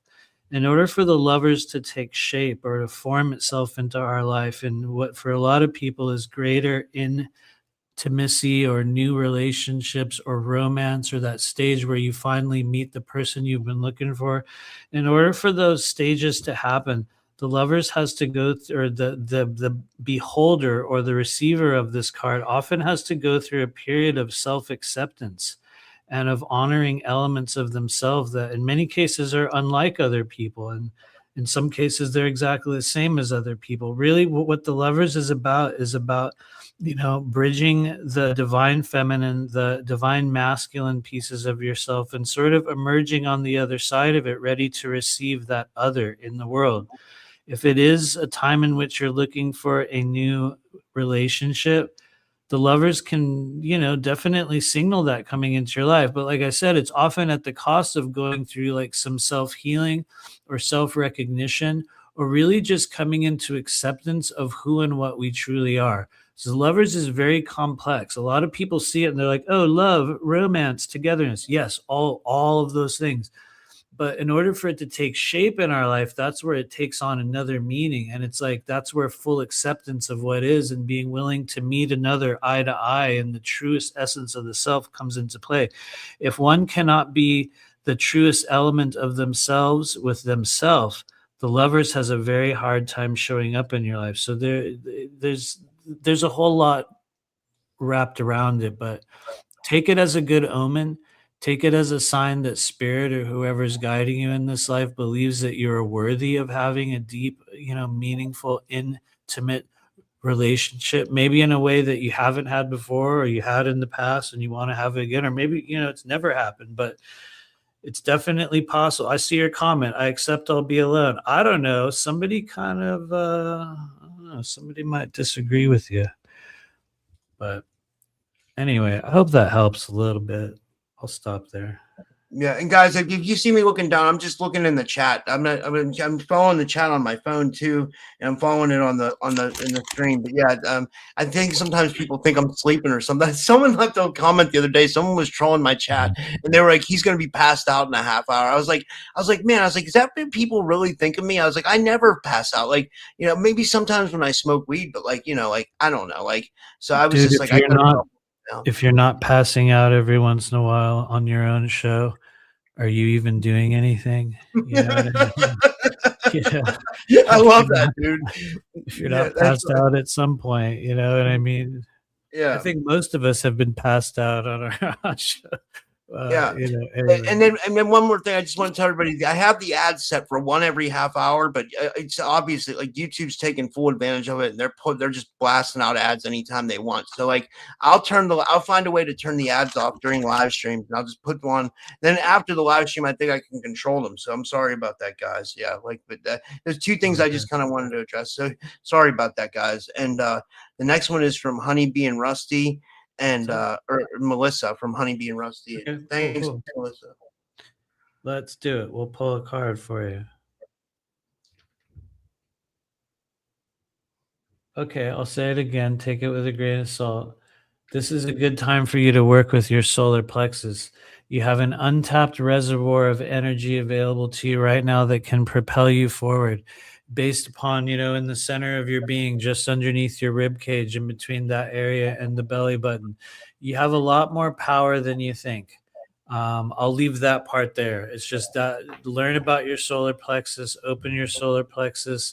Even just the process of learning about it and understanding what that energy center does is going to help you. There's a lot more you could do as well, but this is a time for you to express your power and to let yourself feel powerful. Or you might want to look at what in your life has caused you to feel less powerful. And, that might not fit into your world. I'm just giving you what shows up as soon as I feel into you. That said, we'll pull a card. And there it comes. Boom. Oh, my Lord. And you have the sun, which is a kind of a rare moment. Well, for some people, it's every day. Well, I mean, it's literally every day. But as a moment in your readings, the sun is oftentimes indicating an era of positive growth potential. I say potential because the sun will either take your life or it'll give it to you. You know what I mean? And when you have this card, it's very advisable to look back upon things that you tried to accomplish, things that you tried to manifest, stuff that you tried to become or bring into your life, maybe over the past few years.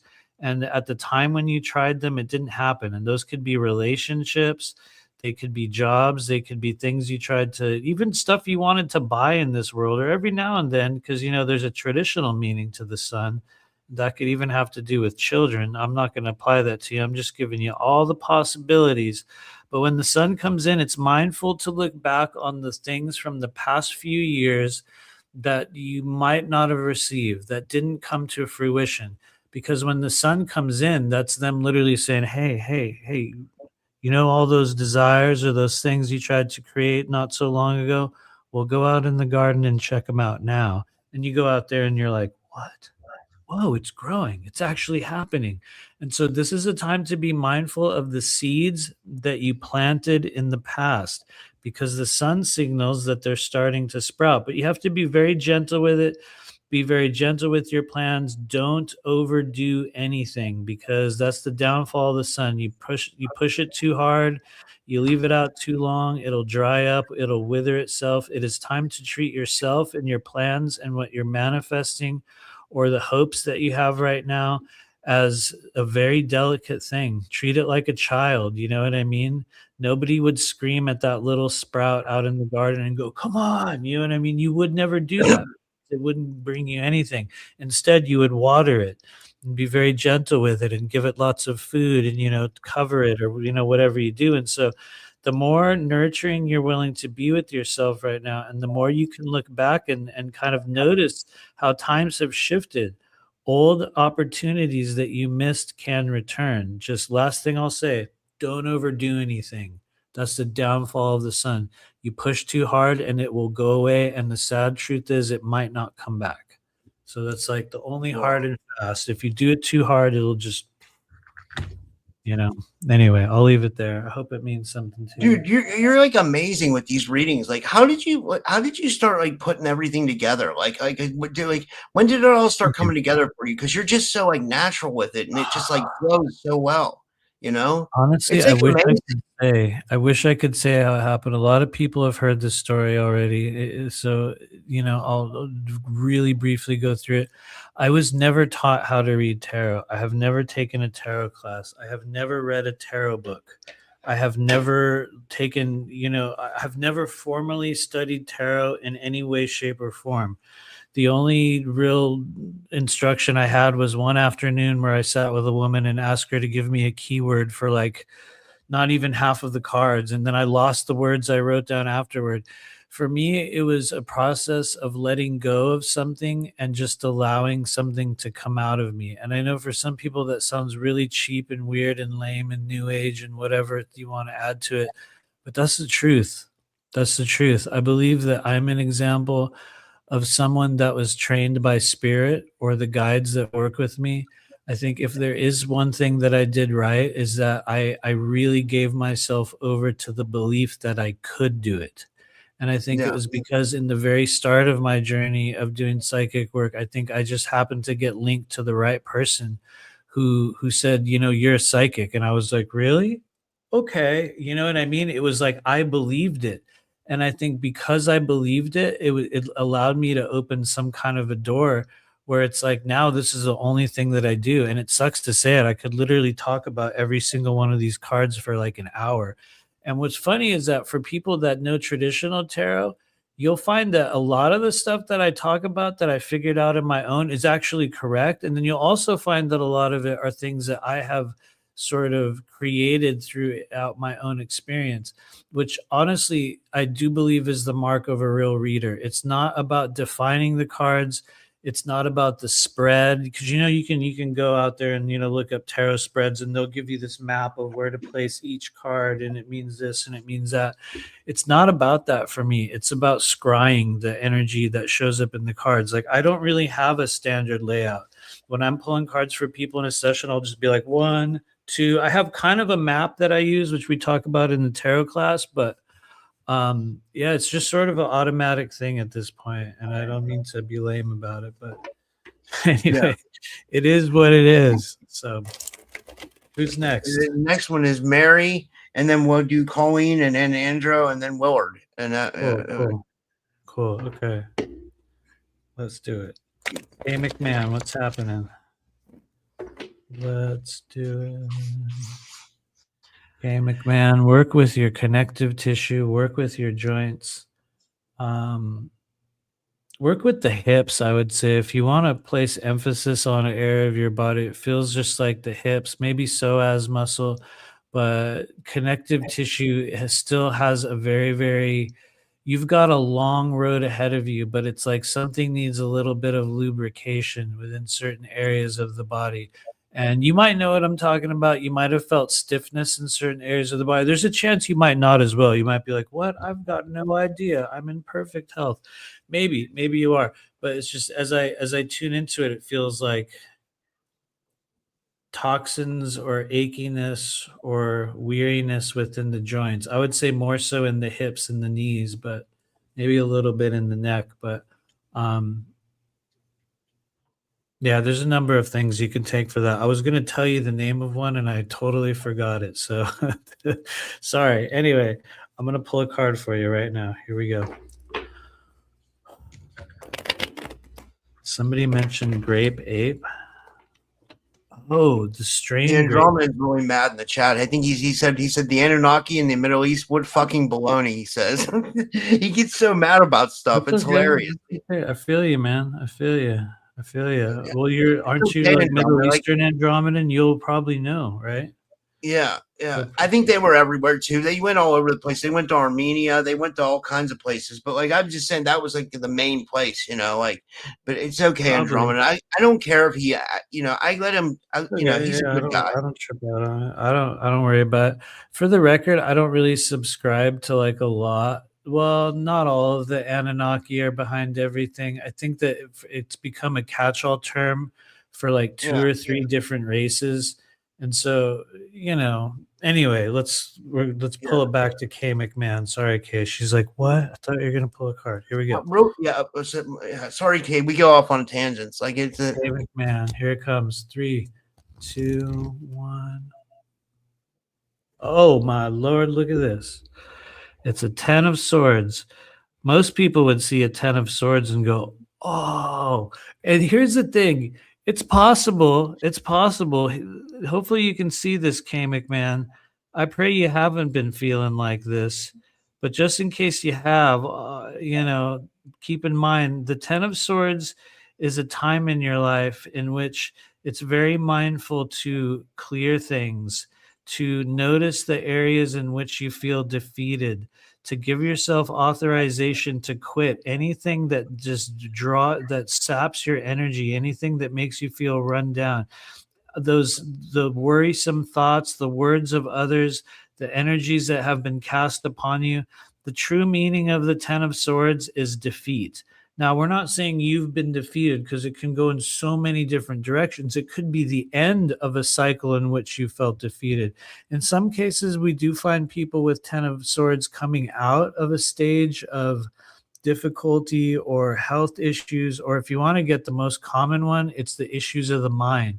We become overloaded and overwhelmed by something. And the kicker is the 10 of swords doesn't really kill you. If you can, hopefully you can sort of perceive this image, but yes, that's probably you on the ground and you've got a bunch of swords in your back and you're not dead. You're still kind of like dragging yourself along. So there's very little finality with 10 of swords, but what it does ask you to do is to rid your life of anyone and anything that makes you feel defeated.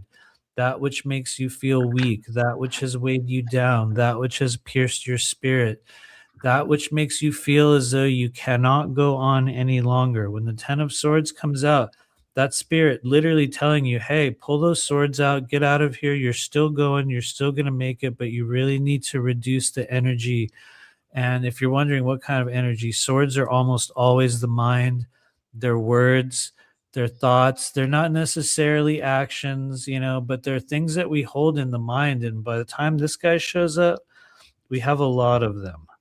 And so you get to decide how much of this is, true for you. You might feel some of it. You might not feel other parts of it. But the last thing I'll say is just know, if you want to boil it down to something very simple and actionable area in your life, quit anything right now that causes you to feel weak or overloaded. You can. You've got authorization to do so. That's what you do when the 10 of swords comes out. So I'll leave it there. And, that was amazing, man. That was really good. I hope it resonated with you, Kay. What was I going to say? I wanted to say someone that really is pulling it together. I got to get a hold of him is Breakaway Ray. Like, I'm going to text him right now. He's been really on point with his readings. He's really going to the next level. Like, and he learned from you basically. He texted me the other day, and I got to get back. I love Breakaway Ray. It's a good example of a person that learned the art of tarot and took it and ran with it and made it his own. And for anyone out there interested, we are doing our yearly tarot class, Multidimensional Tarot 2026 is coming up. It's going to be starting in May.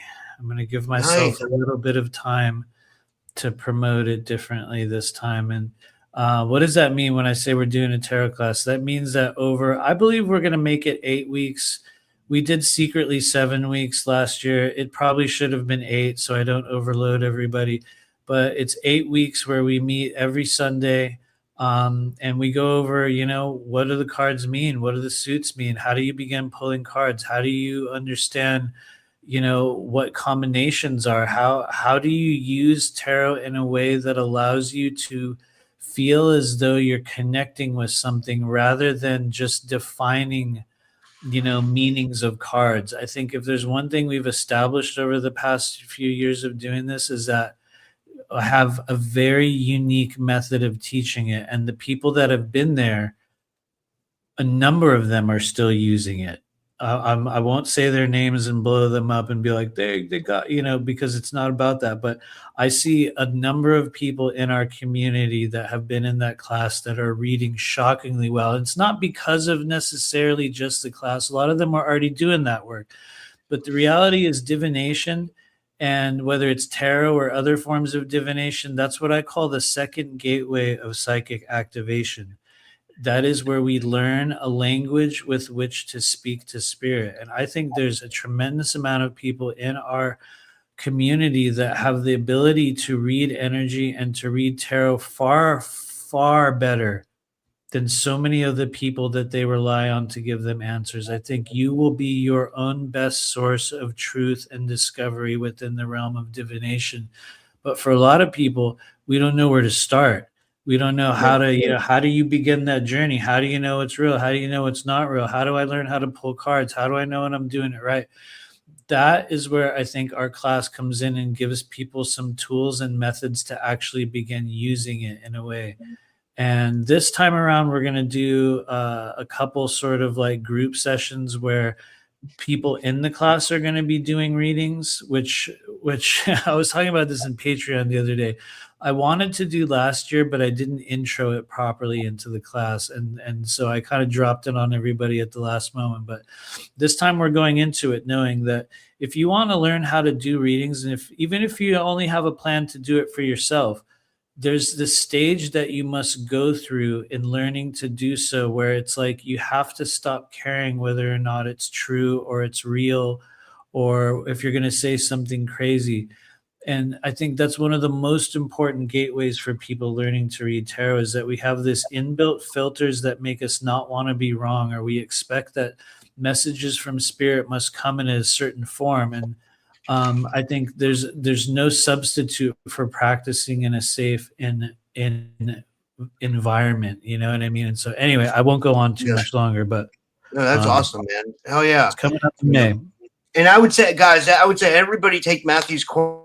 Like it's amazing. Like, or like really that you'll see that they come on my show too, are like 3 people that I can name that are really, really good at Matthew's system is Aurora Diamondheart, Joanna LeBlanc, and Breakaway Ray. Those are really good examples of people who have really like shine with your work. You know, like I mean, with learning from you. You know, they're really good. You know, the truth is they were all already good.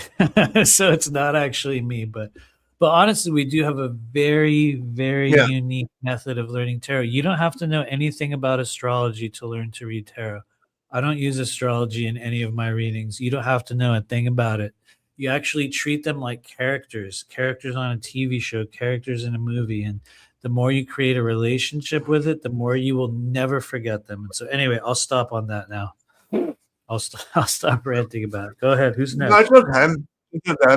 I'll help you promote it, man. Like, you know, thanks. I mean, we'll probably do shows leading up to it. Yeah, like this one's from Colleen, and she was just saying in the chat. I just put up at any comment, you know, like. Okay, cool. Colleen, lighten up, Gaia. Okay. Let's pull a card for Colleen. We're going to do another one of those breaths. It's just as much for me as it is for everyone else. So just take a slow breath in. No count, just deep breath in. Hold it for a moment. And then drain it out of your body as we honor all those of you connected to Colleen. Let's see what needs to be seen or heard. Here it comes. Boom. Okay. Greetings, Colleen. You've received a 6 of Pentacles. This is a good sign. It's also a rather complex image, which might not show up on your screen. You might be like, it looks blurry. I can't tell what's going on. The image here depicts what we might call a rich man. How do we know he's rich? He's got all these colors and gold he's wearing. And look, he's even handing it out. Look at all the hands coming out underneath him. And he's got some scales. So he's weighing things. There's a lot going on with the 6 of Pentacles, and what it means when it shows up in your world is this is a moment of opportunity.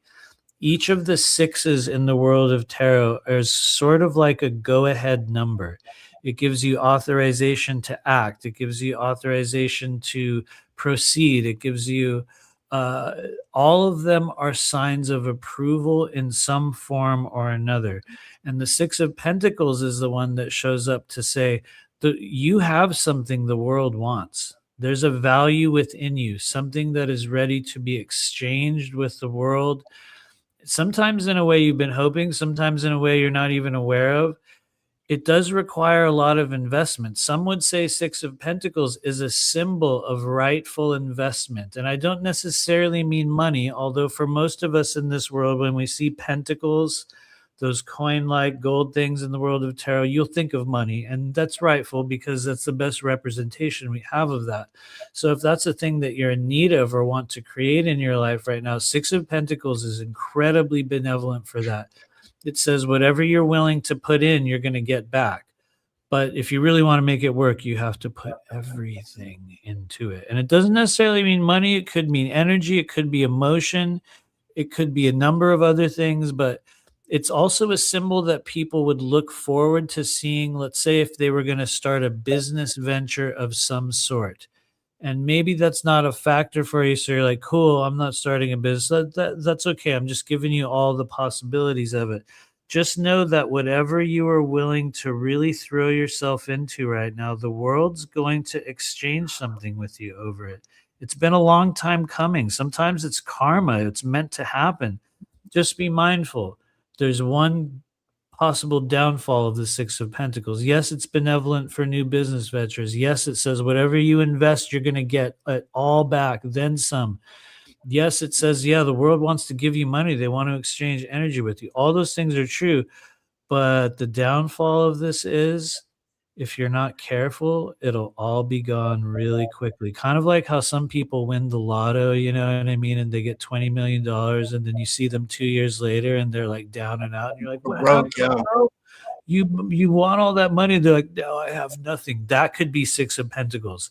You get it real fast and then you lose it real fast. And so you have to be very mindful not to squander anything that the world exchanges with you. Because I guess the hard part about 6 of Pentacles is, if you don't use it properly, it can go away. Not forever. It's just, that's kind of one of the hallmarks of 6s. It's like, if you don't take the offer, if you don't say yes, if you don't take the action, you might lose the opportunity. And so anyway, I'll leave it there, but it's a very good time in your life to invest your energy in something new. Very good time. I love that for you, Colleen. I hope that resonates with you. We just have 2 more. Do we have time for 2 more? Or do we, yeah. Oh yeah, totally. We just have the Andromedan and then and then Willard. Totally. So Okay. This is. I couldn't find another comment from the Andromedan. I put up this one. He's hilarious. So I don't know if he has Andromedan. Do you have a question or It's okay. We can just pull a card for him. See what needs to be seen. If he says something, I'll tell you. He's funny. I always said I think the Andromedan should start a YouTube channel. He knows he's in everybody's chats. He's like, probably should. You probably should. Maybe it's an inevitability for you at some point.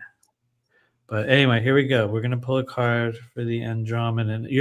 Where are you, Andromedan? Are you in Sweden? It's probably middle of night there. Sweden, yeah. He's an Iraq refugee. I know some really cool people in Sweden, by the way, for real. Really good people, like honestly, people that I love that I've worked with that are from Sweden and in Sweden right now. So I have a weird fascination with Sweden. I also love Albania is I don't know why I'm into these weird obscure countries. Albania is one that I've always felt drawn to. Slovakia, Croatia, of course, Russia. But lately, I don't know what's going on with me. I'm pretty. Yeah, I'll just admit it. I guess I'm turning Chinese. Remember that song from the happened. 80s of turning Japanese? That was a, yeah. Well, yeah, that's kind of similar, but I don't know. I feel like this is a very Chinese time of my life. Just being honest. But anyway, okay, here we go. This is for Andromedan out there in the wilds of Sweden. Here we go. 3, 2, 1. Andromedan, what? You got a 9 of Swords. This is an interesting moment for people, and I'll be real, sometimes it's kind of a hard moment. When the 9 of Swords comes out, we tend to be getting a little bit overwhelmed, or maybe a lot overwhelmed. Maybe you've had a hard time sleeping. Maybe you've just felt weighed down by thoughts and memories and energies. And at times, let's be real, even unseen things around you, because you guys, swords are mental energy. Swords are psychic. Swords are non-physical. When you see a bunch of swords in your readings, that doesn't mean somebody's trying to stab you, or you know what I mean? It's not a physical sword. Swords are air. They're the element of air, and air flows with thoughts, communication, words, intellect in some form. And when the 9 of Swords is out, this is a stage for a lot of people of overwhelm, and it can feel like you have a lot going on. You might have certain, difficult dreams. You could even have contact dreams. I know that's a thing for you.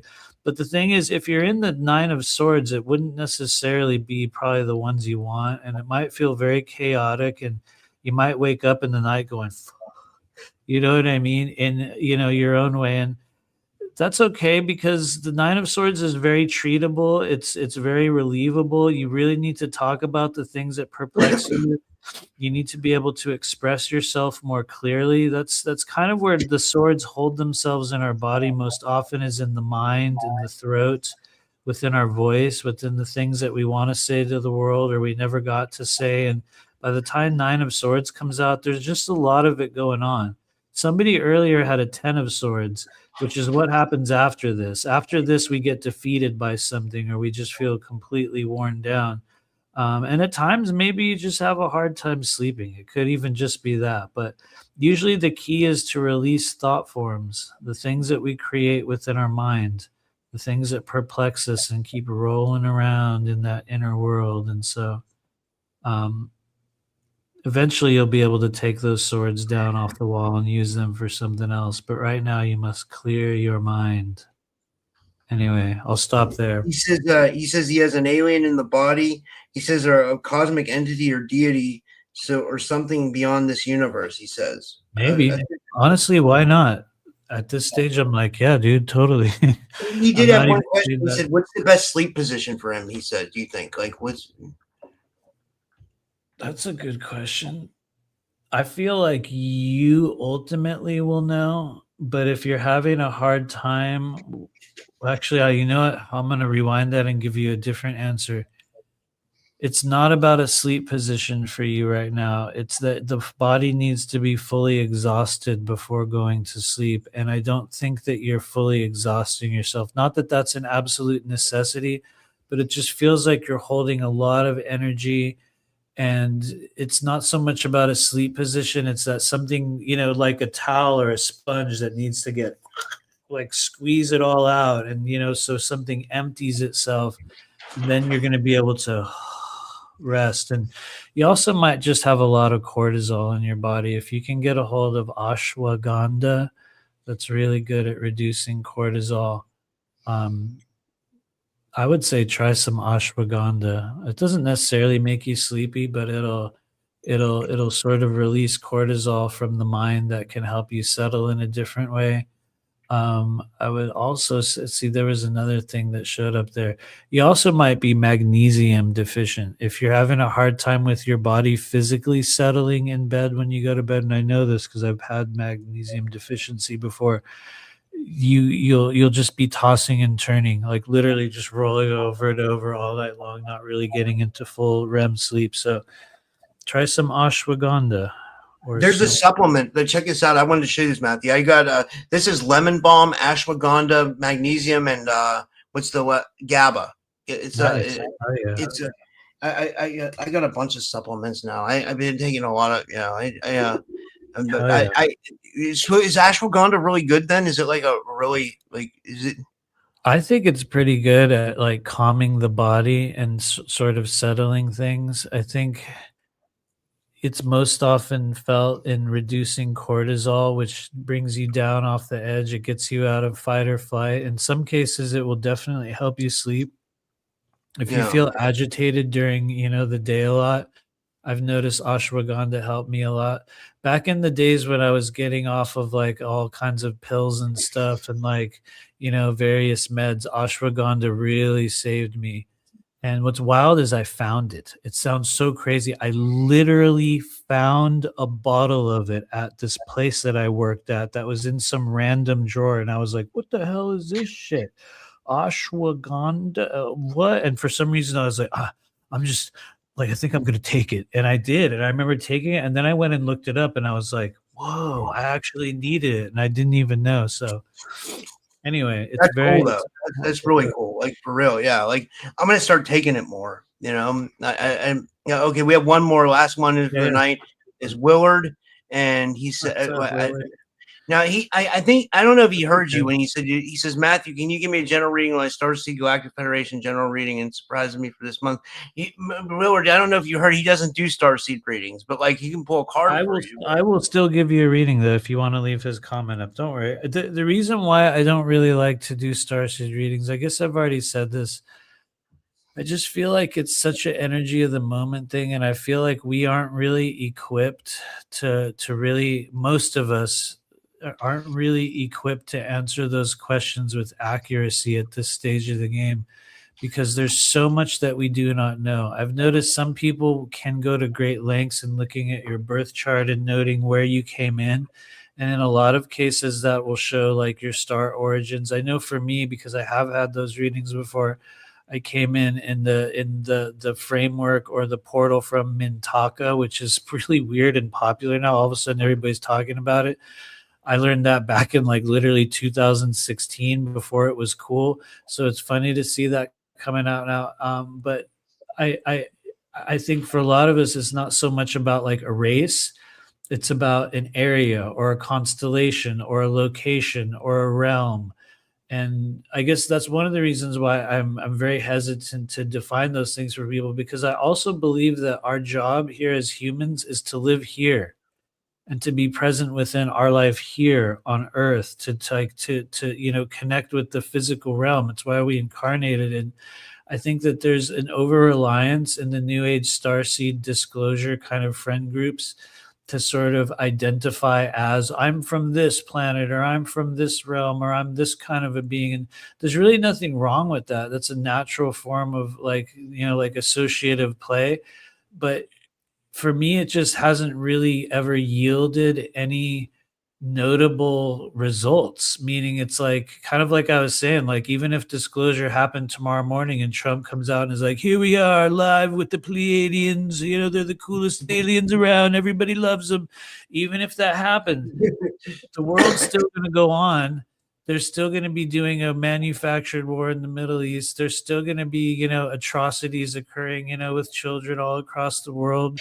Gas prices are still going to go higher and higher, you know what I mean? And it's like, you still got to take out the trash. So I guess that's kind of some of the reasons why I tend to shy away from that. And also because I'll just say one other thing.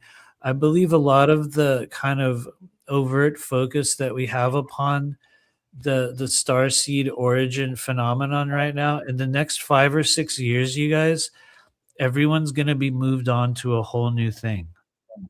Like as new things are learned and we like progress as a soul group, a lot of the things that everyone is obsessed with and hyper focused on right now, it's going to shift. And a lot of people are going to be looking back at this era. I hate to say it.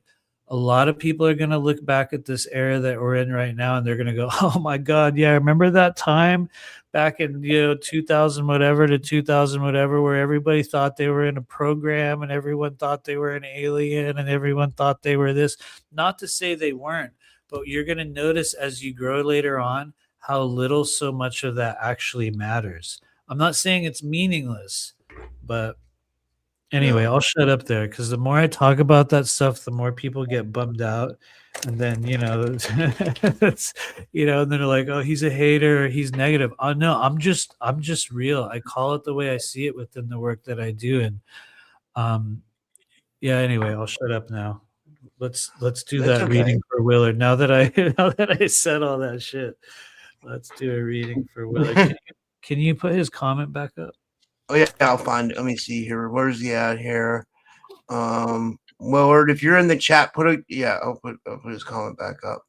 I gotta find it. Night Captain has raided the stream. What's up, Night Captain? Oh, that's the Art Bell guy. He has my friend Art who has Art, but he has another channel called Night Captain too. Yeah, I've seen it. He plays Yeah, he's cool. I like him a lot. Yeah, what's up? Okay, here we go. This is for Willard. It's okay if you don't have it. Maybe it'll be something about Starseed Origins. I don't know. Let's just see what shows up. We'll take a breath in. I found it. Got it. Here we go. For those of you guiding Willard, what needs to be seen or heard or known? Boom. We have a Fool that's rematerialized. It was the first card that we pulled for someone else, and it has returned to us once again. Now, for those that don't know, whenever I do double cards in a reading thing, I'll always pull another. It's not always a good thing. But the first thing I'll say about the Fool, Willard, is that this is a time to be very mindful of what you're focused on and to make deliberate decisions in terms of what you want. It's also a time to, I would say, listen to the warnings that have been given to you. Not to say that you're being warned, but listen to the advice and the information that has been passed on to you. The Fool gives people a tremendous amount of leeway and possibilities in their life. Like I said earlier, it's the most powerful card in the entire world of tarot. It's just the problem is that it's classically unaware. They're unaware of the truth about themselves. They're unaware of things that are real. They're unaware of what's possible for them. And that's not a bad thing, because I think in a lot of cases, the Fool means that you can have it so much better. It's just the problem is people that really hold this energy haven't necessarily made a decision on what they want. They might not know what they want.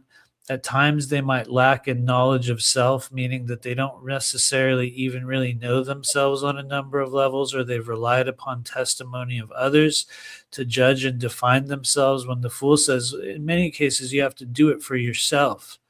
There's choices and decisions that can be made that can propel you forward. But honestly, usually in its current path that it's on, the Fool will lead us to stumble in some way.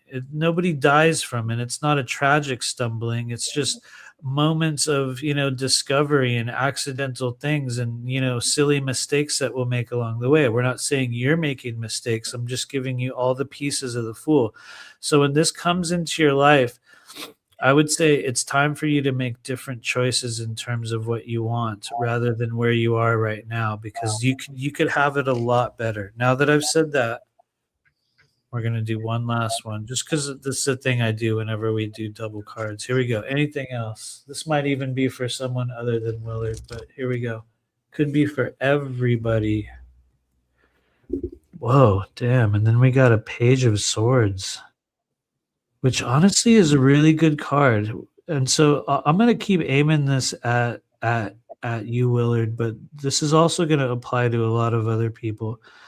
When the Page of Swords enters your reading, there's a new beginning coming into your life, and it has to do with the way you communicate yourself, the words that you're using, the thought forms within your mind, the way that you express yourself in this world is changing. You're in a new cycle, and the pages are meant to inform you of new cycles. That's what they do. But the thing about the Page of Swords is they're running down a really steep hill with a really big, sharp sword in their hand. And as a result, they're very likely to stumble. They might embarrass themselves in certain ways or say weird things or say the wrong thing or whatever it is. And that's actually normal. So if you find yourself tripping up or just, not being able to express yourself in the way that you wish you could, that's normal for the Page of Swords. Just note that you carry the sword of truth, and there's things that you can know and that you can say that other people can't. So I would say right now, be mindful of how you use your voice, be mindful of what you're communicating. Sure, you're going to stumble, but you're in a new era of power within your communication. And within the body, it's the awakening of the throat chakra and our ability to speak our truth on a more determined level. And I guess one way, for those of you guys who are trying to understand more about Page of Swords, who is the Page of Swords? Think of the Page of Swords kind of like the kid in the story of The Emperor Has No Clothes, where the emperor is rolling through and he's totally naked. And one little kid goes, "Why is he naked?" And everyone's like, "Oh my." The thing is, it's true. That's Page of Swords. The Page of Swords will come into the room and say the most true thing. But the problem is that no one else will be willing to say it. In some cases, they can't say it, or they'll get in trouble for saying it. Page of Swords will say it. They don't give a shit. And they might embarrass themselves. They might feel really silly by doing it, but it will awaken a new era of power and communication in your life. And so we'll aim that at you, Willard. We'll aim that at everyone else who needs to hear it. And anyway, I'll stop there. I love that for you, Willard. That was an amazing reading for Willard, by the way. I think that was really good. You were on fire tonight, man, for real. In there, Willard. Thank you. Yeah, dude, it was great. Would you want to? Thanks. I mean, I can't believe we went 2 hours and 15 minutes, but this was. Yeah. Thanks. Yeah. Somebody in the chat says the fool will show up if you don't learn to step back and live in the now. That is important. I will say yes. That is actually very true. The fool will show up if you don't learn to step back and live in the now. Very much. The fool needs to be fully present in the now moment. In order to be able to move forward, you have to know yourself now. That's very, very true. And so, anyway, that saying of "know thyself" is like really important, I guess. Like, absolutely. Wow. Well, yeah. Do you want to tell people where they can find you? And thanks, man. This was amazing. Yes, absolutely. Thank you for everyone that hung out this long. I never know how many people are here, but I usually imagine there's about 5 or 6 people and then about 5 or 6 AI bots. So whether you're an AI bot or you're a real person, thank you for hanging out. You can find me at rememberyourmission.com. This is the only work that I do in this world: intuitive readings, energy clearing, and I would like to say, most importantly, psychic education. We do have a lot. This has been the year of coaching, which is a weird thing to have me say that. This has also been a year of medical psychic work. So for those of you guys that are looking for a real medical intuitive, I can definitely help you with that. For those of you guys that are looking for coaching in terms of how do you actually develop real intuitive abilities, and I don't mean the love and light Pleiadian starseed version of it. I mean the version of intuition that exists beyond all of those things, that shows you what is real and what isn't. And it's a very unique thing for each of us. Those of you wanting to learn, how does that work for yourself? That's one of the things that I've just noticed over the past few years that people come in very, very regularly for.